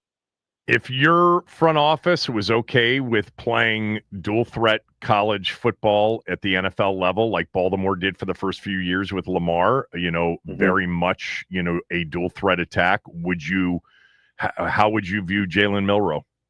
I'm not. I would make him change positions. I don't. I've watched it too much. The decision. Now, I think decision making and processing, I consider 2 different things, and he's at the bottom of both. Being on the field for that Texas game 2 years ago, I was like, oh my God, I don't know if he could do it. And then you saw Georgia really put the clamps on him after one of the best first halves I've ever been at in my life, where he didn't do things. He made one throw that saved him at the end of the game. But he's had enough time now, and the way he goes about leading and talking to people there, a lot of teammates weren't fans of it, I feel like. And he needs a mindset change, but good. As good of an athlete as there is. If what was our tight end that we had that was a quarterback at Virginia Tech that the Commanders had and had a great year at tight end? Yeah. If Logan Thomas could do Logan that, Thomas. Milroe would be just another level of that when you watch him run and the size of him. So that would be my assessment of Jalen Milroe. All right, we're talking to Stanford Steve. Edge rushers There's a lot of them in this draft. Washington has a need for one. We've talked a lot about edge rushers on this show. There are other positions too, but I want to see what you think of the guys that would potentially be there at 29, and just give me your overall thought on those players, and the Ezerakus, the Pierces, the Williamses, et cetera. Carter's not going to have it. They're not going to have a shot at Carter. I don't think they're going to have a shot at Green. He's my second favorite among them. But how do you see it? Yeah, I look at what the Commanders did last year, Kevin. Didn't they draft a bunch of team captains too? Yeah, 7 out of 9. Yeah, I feel like that's a big deal. And when I look at Green or Pierce, I'm sure there's teams that have them X. They don't want anything to do with that. The guy that's most curious to me, I watched Texas A&M 4 times in person this year, is Scorton. The issue is I watched him I went to practice before they played Notre Dame, and I watched him in individual drills. Like, man, he's built like a Greek god. Yeah. He's got get off. He's got great moves. But then you stand him next to the 2 Shamars on his defensive line, and you're like, oh, my God, who are these 2 guys? And they both got the single digits. They're both deep tackles. Shamar Stewart's the most fascinating one to me, but Scorton's a guy that I think is already advanced. Like, he has more ability as a pass rusher. He doesn't rely on brute strength and quickness. What happens, I think Chase Young fell into that category. At Washington, he just overpowered everybody in college.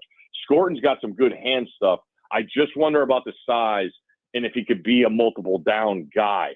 I've seen, everybody, the last thing we saw in the NFL was the Eagles pounding the best quarterback in the world. So Scorton's a guy, when you take a guy like that in the first round, you want him to be multiple downs. And I wonder if Scorton's size, if it's just, you don't want to do it in the first round, like I said, but pass rushing ability, Scorton's a guy I really have an eye on.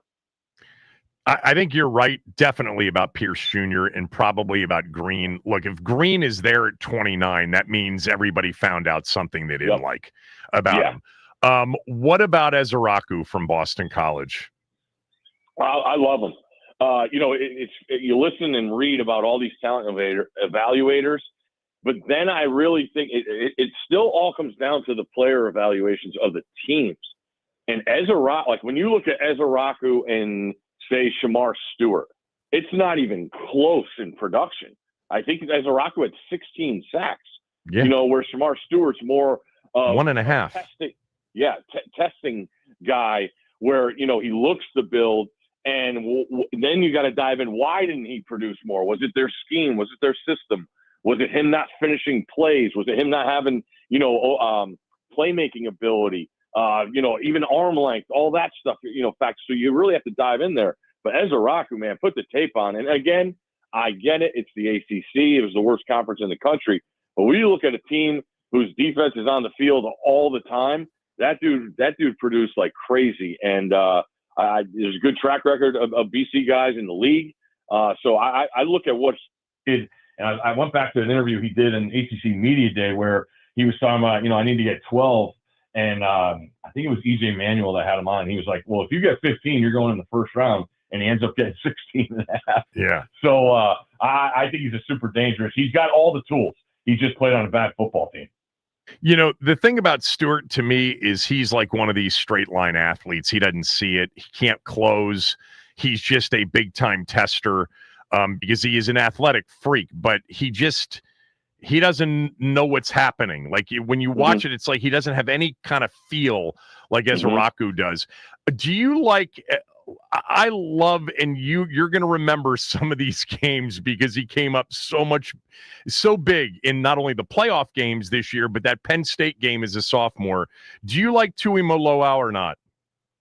I do. When you go back and watch it, Kevin, he's played a ton, and there's a lot of pressure on those guys. You look at that position at that school and look at who you're comparing him to. It's all timers when you're talking about the Ohio State, with the Bosa guys and Chase and those. But as solid as a guy and not a difference maker, I think he played a lot better against the run, during that playoff run, which was good. But yeah, I do like him a lot. when you're looking at that second round at back end. It's amazing because, and that's my favorite part of this draft, is how it's just like the running back position. There's so many guys that can do it.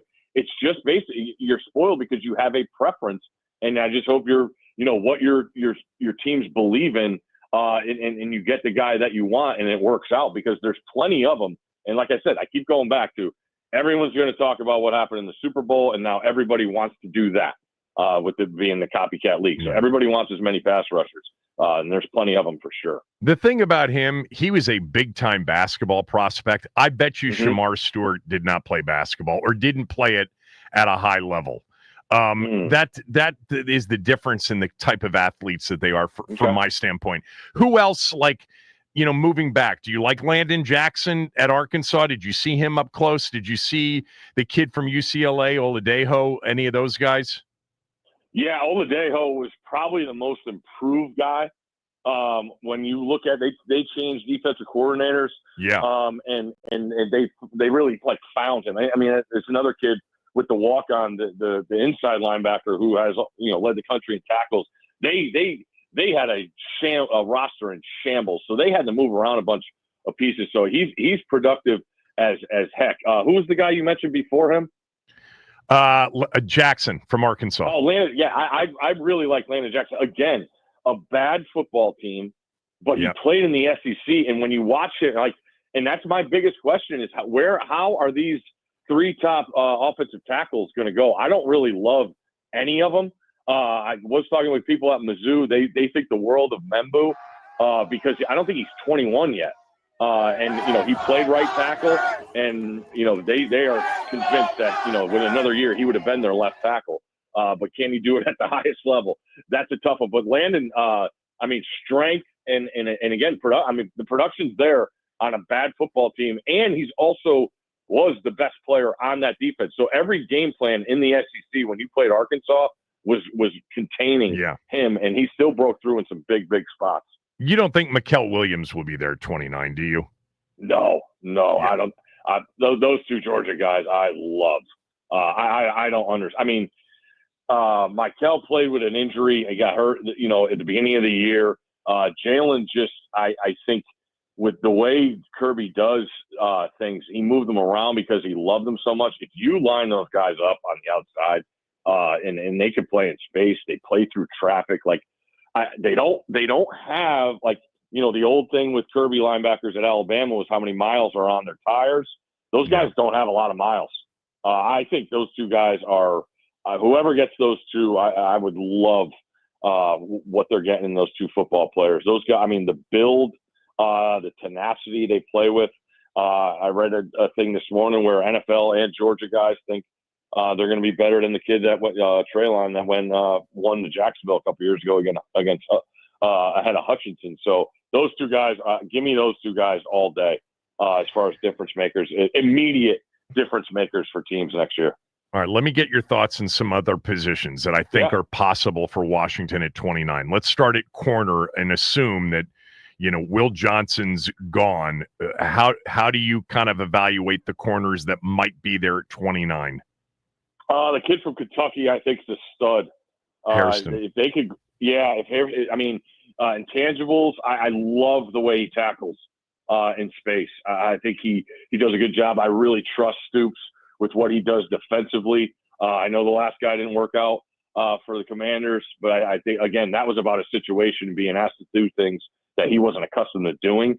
Yeah. But Hairston, I look at a guy that if nobody comes up, I think you feel really good. I think you play in the slot too, which is another. You talk about the NFL and what you need to succeed. It feels like the slot, the nickel, all those star guys. That's a position that he could fill and do well in because he's done it in the SEC. Again, these defensive guys that have played in that league.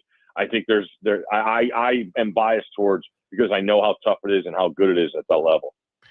Is there any other corners that you like a lot Like if there isn't, that's fine. But there's a player that somebody asked me to watch, and I watched him, and I don't understand why he's not at the very least a night 2 projection. But is there anybody that, you know? Go ahead. No, who was that they asked? Darian Porter from Iowa State. Have you watched him? Okay. Yeah. Number 10. Their schemes is really, really different. And I think, you know, it's zone heavy. Yes, correct. And what are you bringing him into? You know, you go up to Will Johnson. You know, he's done everything. He gambles. Yeah. He's got good ability, but he also tapped out on the season last year, and I didn't like that. But now when you look at Jahdae Barron, who I would take ahead of any corner. God, he could cover ground. He's smart. He baits quarterbacks. He's not a burner, but man, the kid knows how to play defense, and he tackles, not afraid of anything. He was the only bright spot in that first Georgia game, being on the sidelines for that one. So I think it's all about what they are accustomed to. If you want a guy that comes in, I mean, there's variety out there. But again, what did they play in? What were they good at? And what are you bringing them into? No as doubt far about as what that position. you want to do? Yeah, that's monstrous because you've seen it a million times. Like you get these corners that just want to be locked in, but then you ask them to play in space or play the wide side, they have no idea. And the speed at the NFL, you're eaten alive as soon as offensive coordinator sees a guy on an island that can't play in space, forget it. That's a worst nightmare. Tell me about the running backs after. I'm assuming you think Genty is a difference maker, but after Genty, who do you love? I love Hampton. You do? Man, wow. I absolutely love him. Again, asked to do a ton on a team that wasn't great in a brutal quarterback situation. I think I love how he catches the football, and that's what I more so lean to, Kevin, and especially in the NFL, is guys that could catch the football out of the backfield. I think it's such an asset, especially when you have a young quarterback and they might get caught with some issues processing. You always have a dump off guy that makes the first guy miss, or they just simply can't tackle the guy. The running back thing is, but when they go, they're going to all go. Like you see a team go, it's going to be 4 out of 5 picks. The next are running backs because everybody has their guy. I mean, no one's talked about Sampson from Tennessee. That kid had one. I thought he should have been in New York for the Heisman. He was phenomenal. He was, and he wasn't healthy against Ohio State, so they couldn't give him the ball. So I mean, go down the list. Whoever you want to touch on, I could find a positive in all of them. It's 9. I mean, Cam Scatterbo, like you're telling me he can't play football in the NFL? He'll do anything for a team, and you're going to get him like in the 3rd round. That's crazy to me. So I do look at all that stuff as far as the running backs, but catching the football is the most important to me. Yeah, I think there are starting backs and 3 down backs, as many of them as I've seen in a long time in this draft. Yep. But other than Genty, I would not use a 1st round pick on anybody. I would on Hampton. Okay, you might be right. He might go in the 1st round. I think I saw his over under at 19.5. Problem is you're totally bet on somebody else's mindset. So good luck with those draft props. Yeah, I mean, for me, Steve, it's like Genty is a difference maker. Like he's different, obviously, than Barkley just size-wise, but he could be a top 5, massive impact running back in the NFL for the next several years.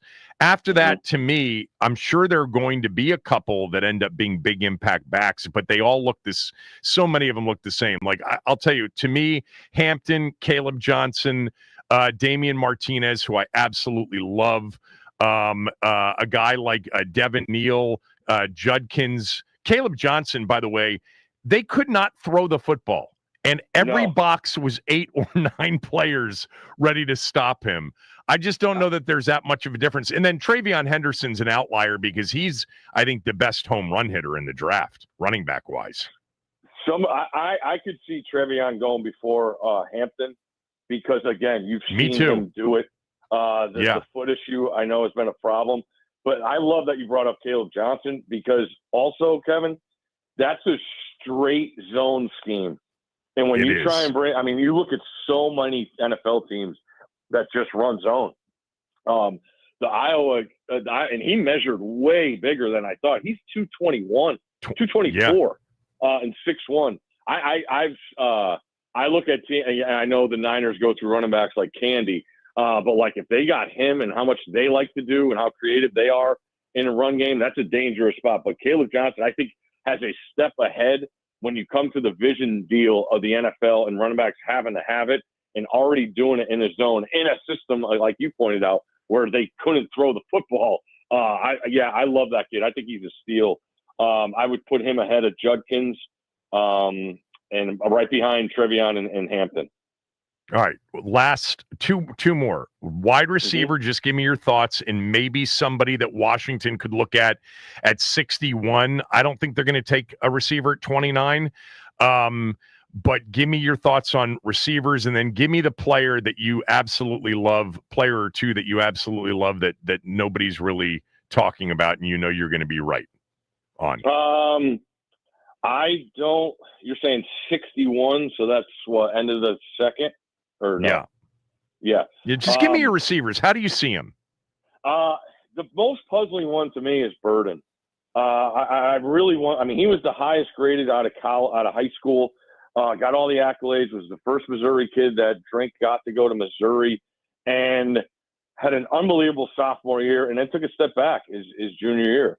I think you got to look at these kids getting paid in NIL. Like, did he get a little relaxed? Did he get lackadaisical? Or the word you use that I love, casual. Jalen Noel, I think is going to go higher than 61, but I love that kid out of Iowa State. I really like the kid Kyle Williams out of Washington State. Love him. I think you do it. And the wild card is Horton out of Colorado State. You go back 2 years, I thought he was the best player on the field after Travis Hunter got knocked out against Colorado. But that kid's a big time target. And he got nicked up, but he's 6'3", 196. That's a target I know Jaden Daniels will love to throw to, getting some bigger guys. The best kid's a great story. I remember him when he started at LSU. I was like, who's that guy? But Kyle Williams is also a guy that just went through quarterbacks. He was Cam Ward's guy 2 years ago at Washington State and still put up great numbers. Now he's only, 5'11", 190. But when you talk about production and the ability to catch the football, he was phenomenal going through. I think Washington State went through 3 quarterbacks this year by the end of the bowl game. But he's a guy who played in the bowl game. So those are the guys. Played great in the bowl game. I mean, he was awesome. Was awesome in the bowl game. Do you think Tet McMillan is Mike Evans or not? No. Yeah. No. I don't either. No. I don't even think. I think the Drake London comparisons are even too favorable. Yeah. When you look at those guys, like you watch Drake London, that guy played basketball. Like he knows how to box out. Doubt. He gets to the ball. And Mike Evans might be the best of all time in this era. When you're talking about that stuff, McMillan's more just about. I mean, that system they had was about go balls. He's a go ball guy, but you could do that at 4. I think he ran 4.59, 4.6. You could do that in the Pac-12 when there's less talent, but he's not great at contested catches. He didn't run well. I think it's pretty dicey. Him going as top 10.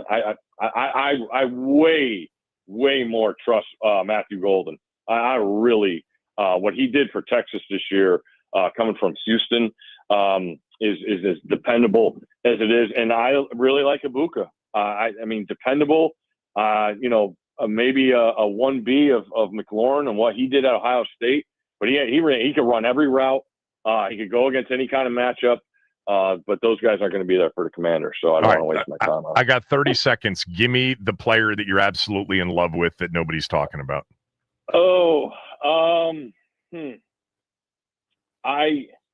The kid Fannin, the tight end. I knew it was going to be a tight end. At Bowling Green. From Bowling Green. Yeah, put up stupid numbers. I don't know what he'll look like at the next level. But the kid I absolutely love is Mason Taylor, and I keep reading these things about I love him too. Yeah, he could go to he could go to the Eagles. I mean, good God, you want a situation to go to as a tight end?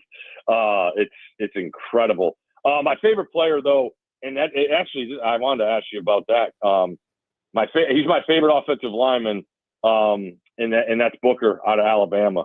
I know that everyone loves the North Dakota State kid, but if he's there at 29, I would love to see him go to the Commanders. I think if he's there at 29, there's a really good chance they would take him, but I don't think he's going to be there at 29. The guards thing's a weird deal, and it's really different, Kevin, because like I said, they don't believe in these tackles, and like I've seen now people, Simmons missed 10 games for Ohio State, then people have him as the most polished tackle, and he didn't even play. So Will Campbell scares me. I thought he would be better, and watched him in person a bunch. He got eaten alive a bunch of times against South Carolina, but those are NFL guys. But Booker, if he's there at 29, oh my God, it's a dream for the whole talk about like a Washington style player. Like the character on him is like off the charts. God. Like, I mean, this is Gandhi apparently. All right, Kevin, he's great job, Connecticut. So he has. Well, okay. Come on. All right. Great job. Appreciate it. Sorry to keep you so long as usual. Well, I'll I guess talk there's to you no later. hard out in this segment, so thank you. There was a hard out. I sailed right through it. See ya. I got to go. Bye. Stanford Steve, everybody. I'll give you my thoughts on receivers in this draft next.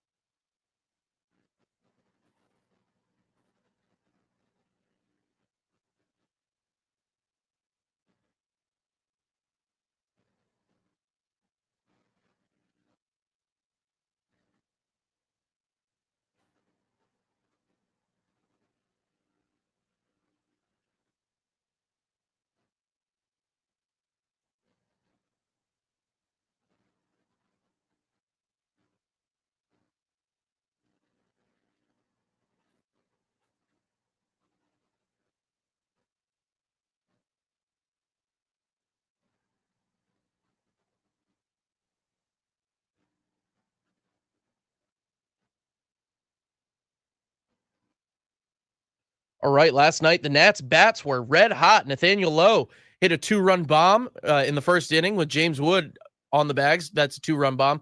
Dylan Cruz hit a solo home run in the 6th.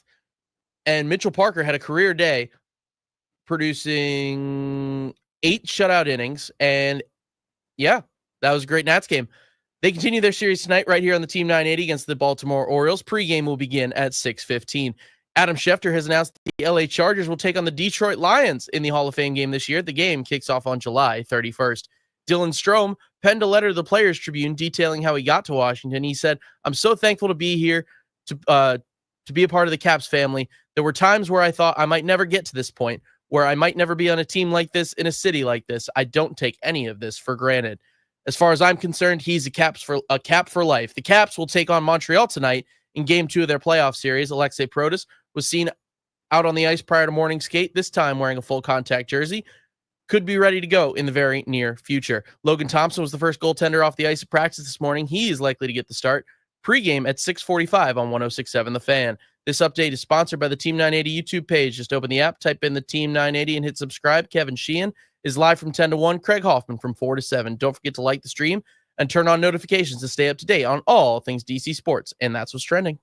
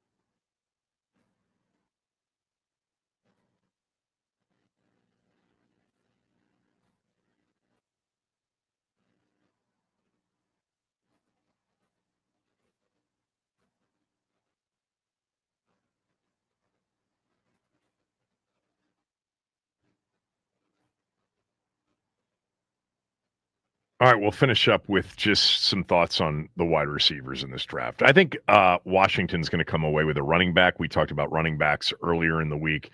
It wouldn't surprise me if they don't come away with a wide receiver in this draft. I know a lot of people believe that, edge, running back, corner, and wide receiver, everybody's confident. Well, if they only have 5 picks, there's no guarantee they're going to come away with a player at all of those positions. Remember, they brought back Noah Brown. They signed Deebo Samuel. They, I think, have good feelings about Luke McCaffrey, and they brought in Michael Gallup, as a stretch the field vertical guy. So the receivers are interesting because there is somebody that I've loved for a few years now.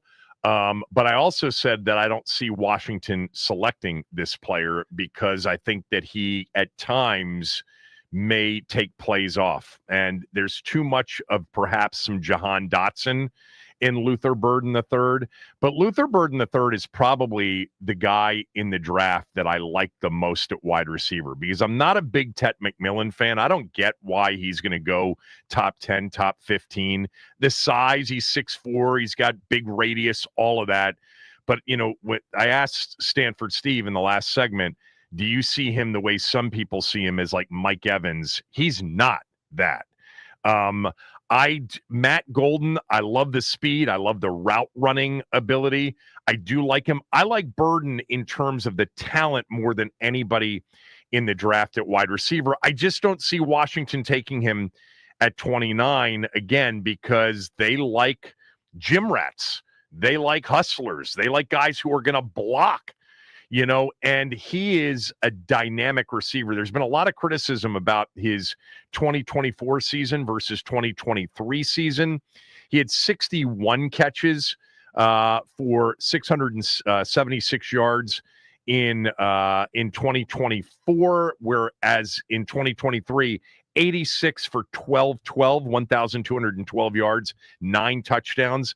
Look, you could look at the schedule that they played in 2023, and you see a lot of bad defensive teams, by the way, including Jaden Daniels' LSU team in that game, which was an incredible football game and one of my favorite Jaden Daniels games of 2023 because he got hurt in the game and yet led a comeback 49-39 win. But Burden in that game had 11 catches for 149 yards. LSU's defense stunk. He had over 150 yards catching against Florida's defense that year. They played some bad defensive teams in 2023, and they played better defensive teams in 2024. Not to mention Missouri's team offensively in 2024 wasn't as good as it was in 2023. So there's a lot that is explainable about the differences between Luther Burden's 2023 season and 2024 season. I think he is, way up there on the list of players with the ball in his hands in space. He is electric, and I think he's going to be a great player. I just canceled him off Washington's list because there's discussion about whether or not, if the play's coming in his direction, if he plays it out the way he should. And that's why they traded Jahan Dotson, the number one reason they traded Jahan Dotson. There are similarities. I think he's better, a much better prospect than Dotson. I like Matt Golden. I don't see 4.29 as a player. And I asked Logan Paulson that earlier, and he said the same thing. He's like, yeah, he does not run sub 4.3. He's fast. And by the way, he's a good kickoff returner too. But he's going to be gone, I think, by the time 29 comes around. If he actually fell to 29, that would be interesting. Egbuka, for me, is a strong number 2, not a number 1. The guy that I really like a lot, and if you just go watch the highlight reel of Kyle Williams at Washington State, I don't know how this guy's projected day 3 or late day 2. All right, go watch number 2 at Washington State last year and the year before when they were still in the Pac-12 and Cam Ward was his quarterback. He's 5'11", 190, ran 4.4 at the combine. Logan called him a receiver's receiver. And he meant he just does everything right. Like he understands space. He understands breaks. He understands where to plant, where to come out. This guy separates so easily. By the way, at any position on the field, X, inside, it doesn't matter. This guy looks to me like he is going to be a problem at the next level. I don't understand why he's a projected late night 2 or day 3 pick. That there are a couple of players that aren't, projected first rounders or second rounders in this draft that I like. One is a corner that I'll talk about probably tomorrow. Kyle Williams, for me, looks like a guy that if you get him, he is smart.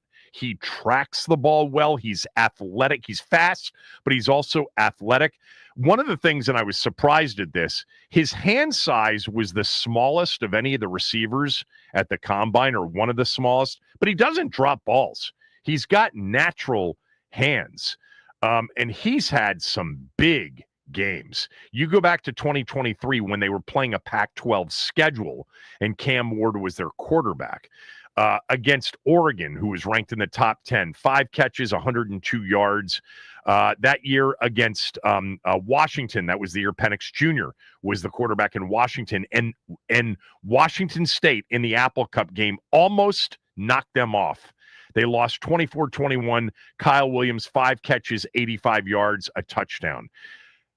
He is, to me, a guy that looks like he's really tough to cover, and that he's going to be open, and he can take it 75 on a slant, on a wide receiver screen, and on 3rd and 7, he's going to get separation at the sticks. I don't know. I love him. I love Luther Burden, but I think Burden's more of a, will they take a guy that they don't trust to play it out on every play? Kyle Williams has great things said about him from a character standpoint.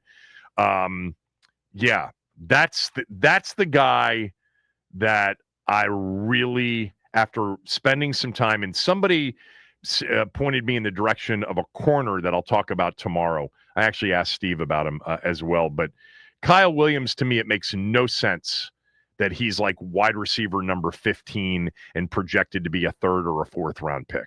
That makes no sense to me at all. The kid from Iowa State, I like Jalen Noel. Yeah, who else was on my list? Oh, I like Ty Felton from Maryland. I talked about him, I think, earlier in the week. I think Ty Felton is a day 3 pick, but it wouldn't shock me if somebody falls in love with him and he goes on night 2. Ty Felton is 6'1", and a half, and 185 pounds, and he can line up almost anywhere. And he ran sub 4.4, but you saw it on the field. I mean, and not with good quarterbacking this last season. He also, by the way, like Kyle Williams plays special teams, not as a returner, as a kick coverer, and by the way, had a couple of block kicks off the edge. And Felton plays special teams as well. So there you go, receivers. Doing some work for you. Be wrong on most of it, but it's fun to look at it and talk about it. All right, draft days tomorrow. We'll have predictions. We'll take calls. We'll have probably another guest or two on the show as well. Chris is next.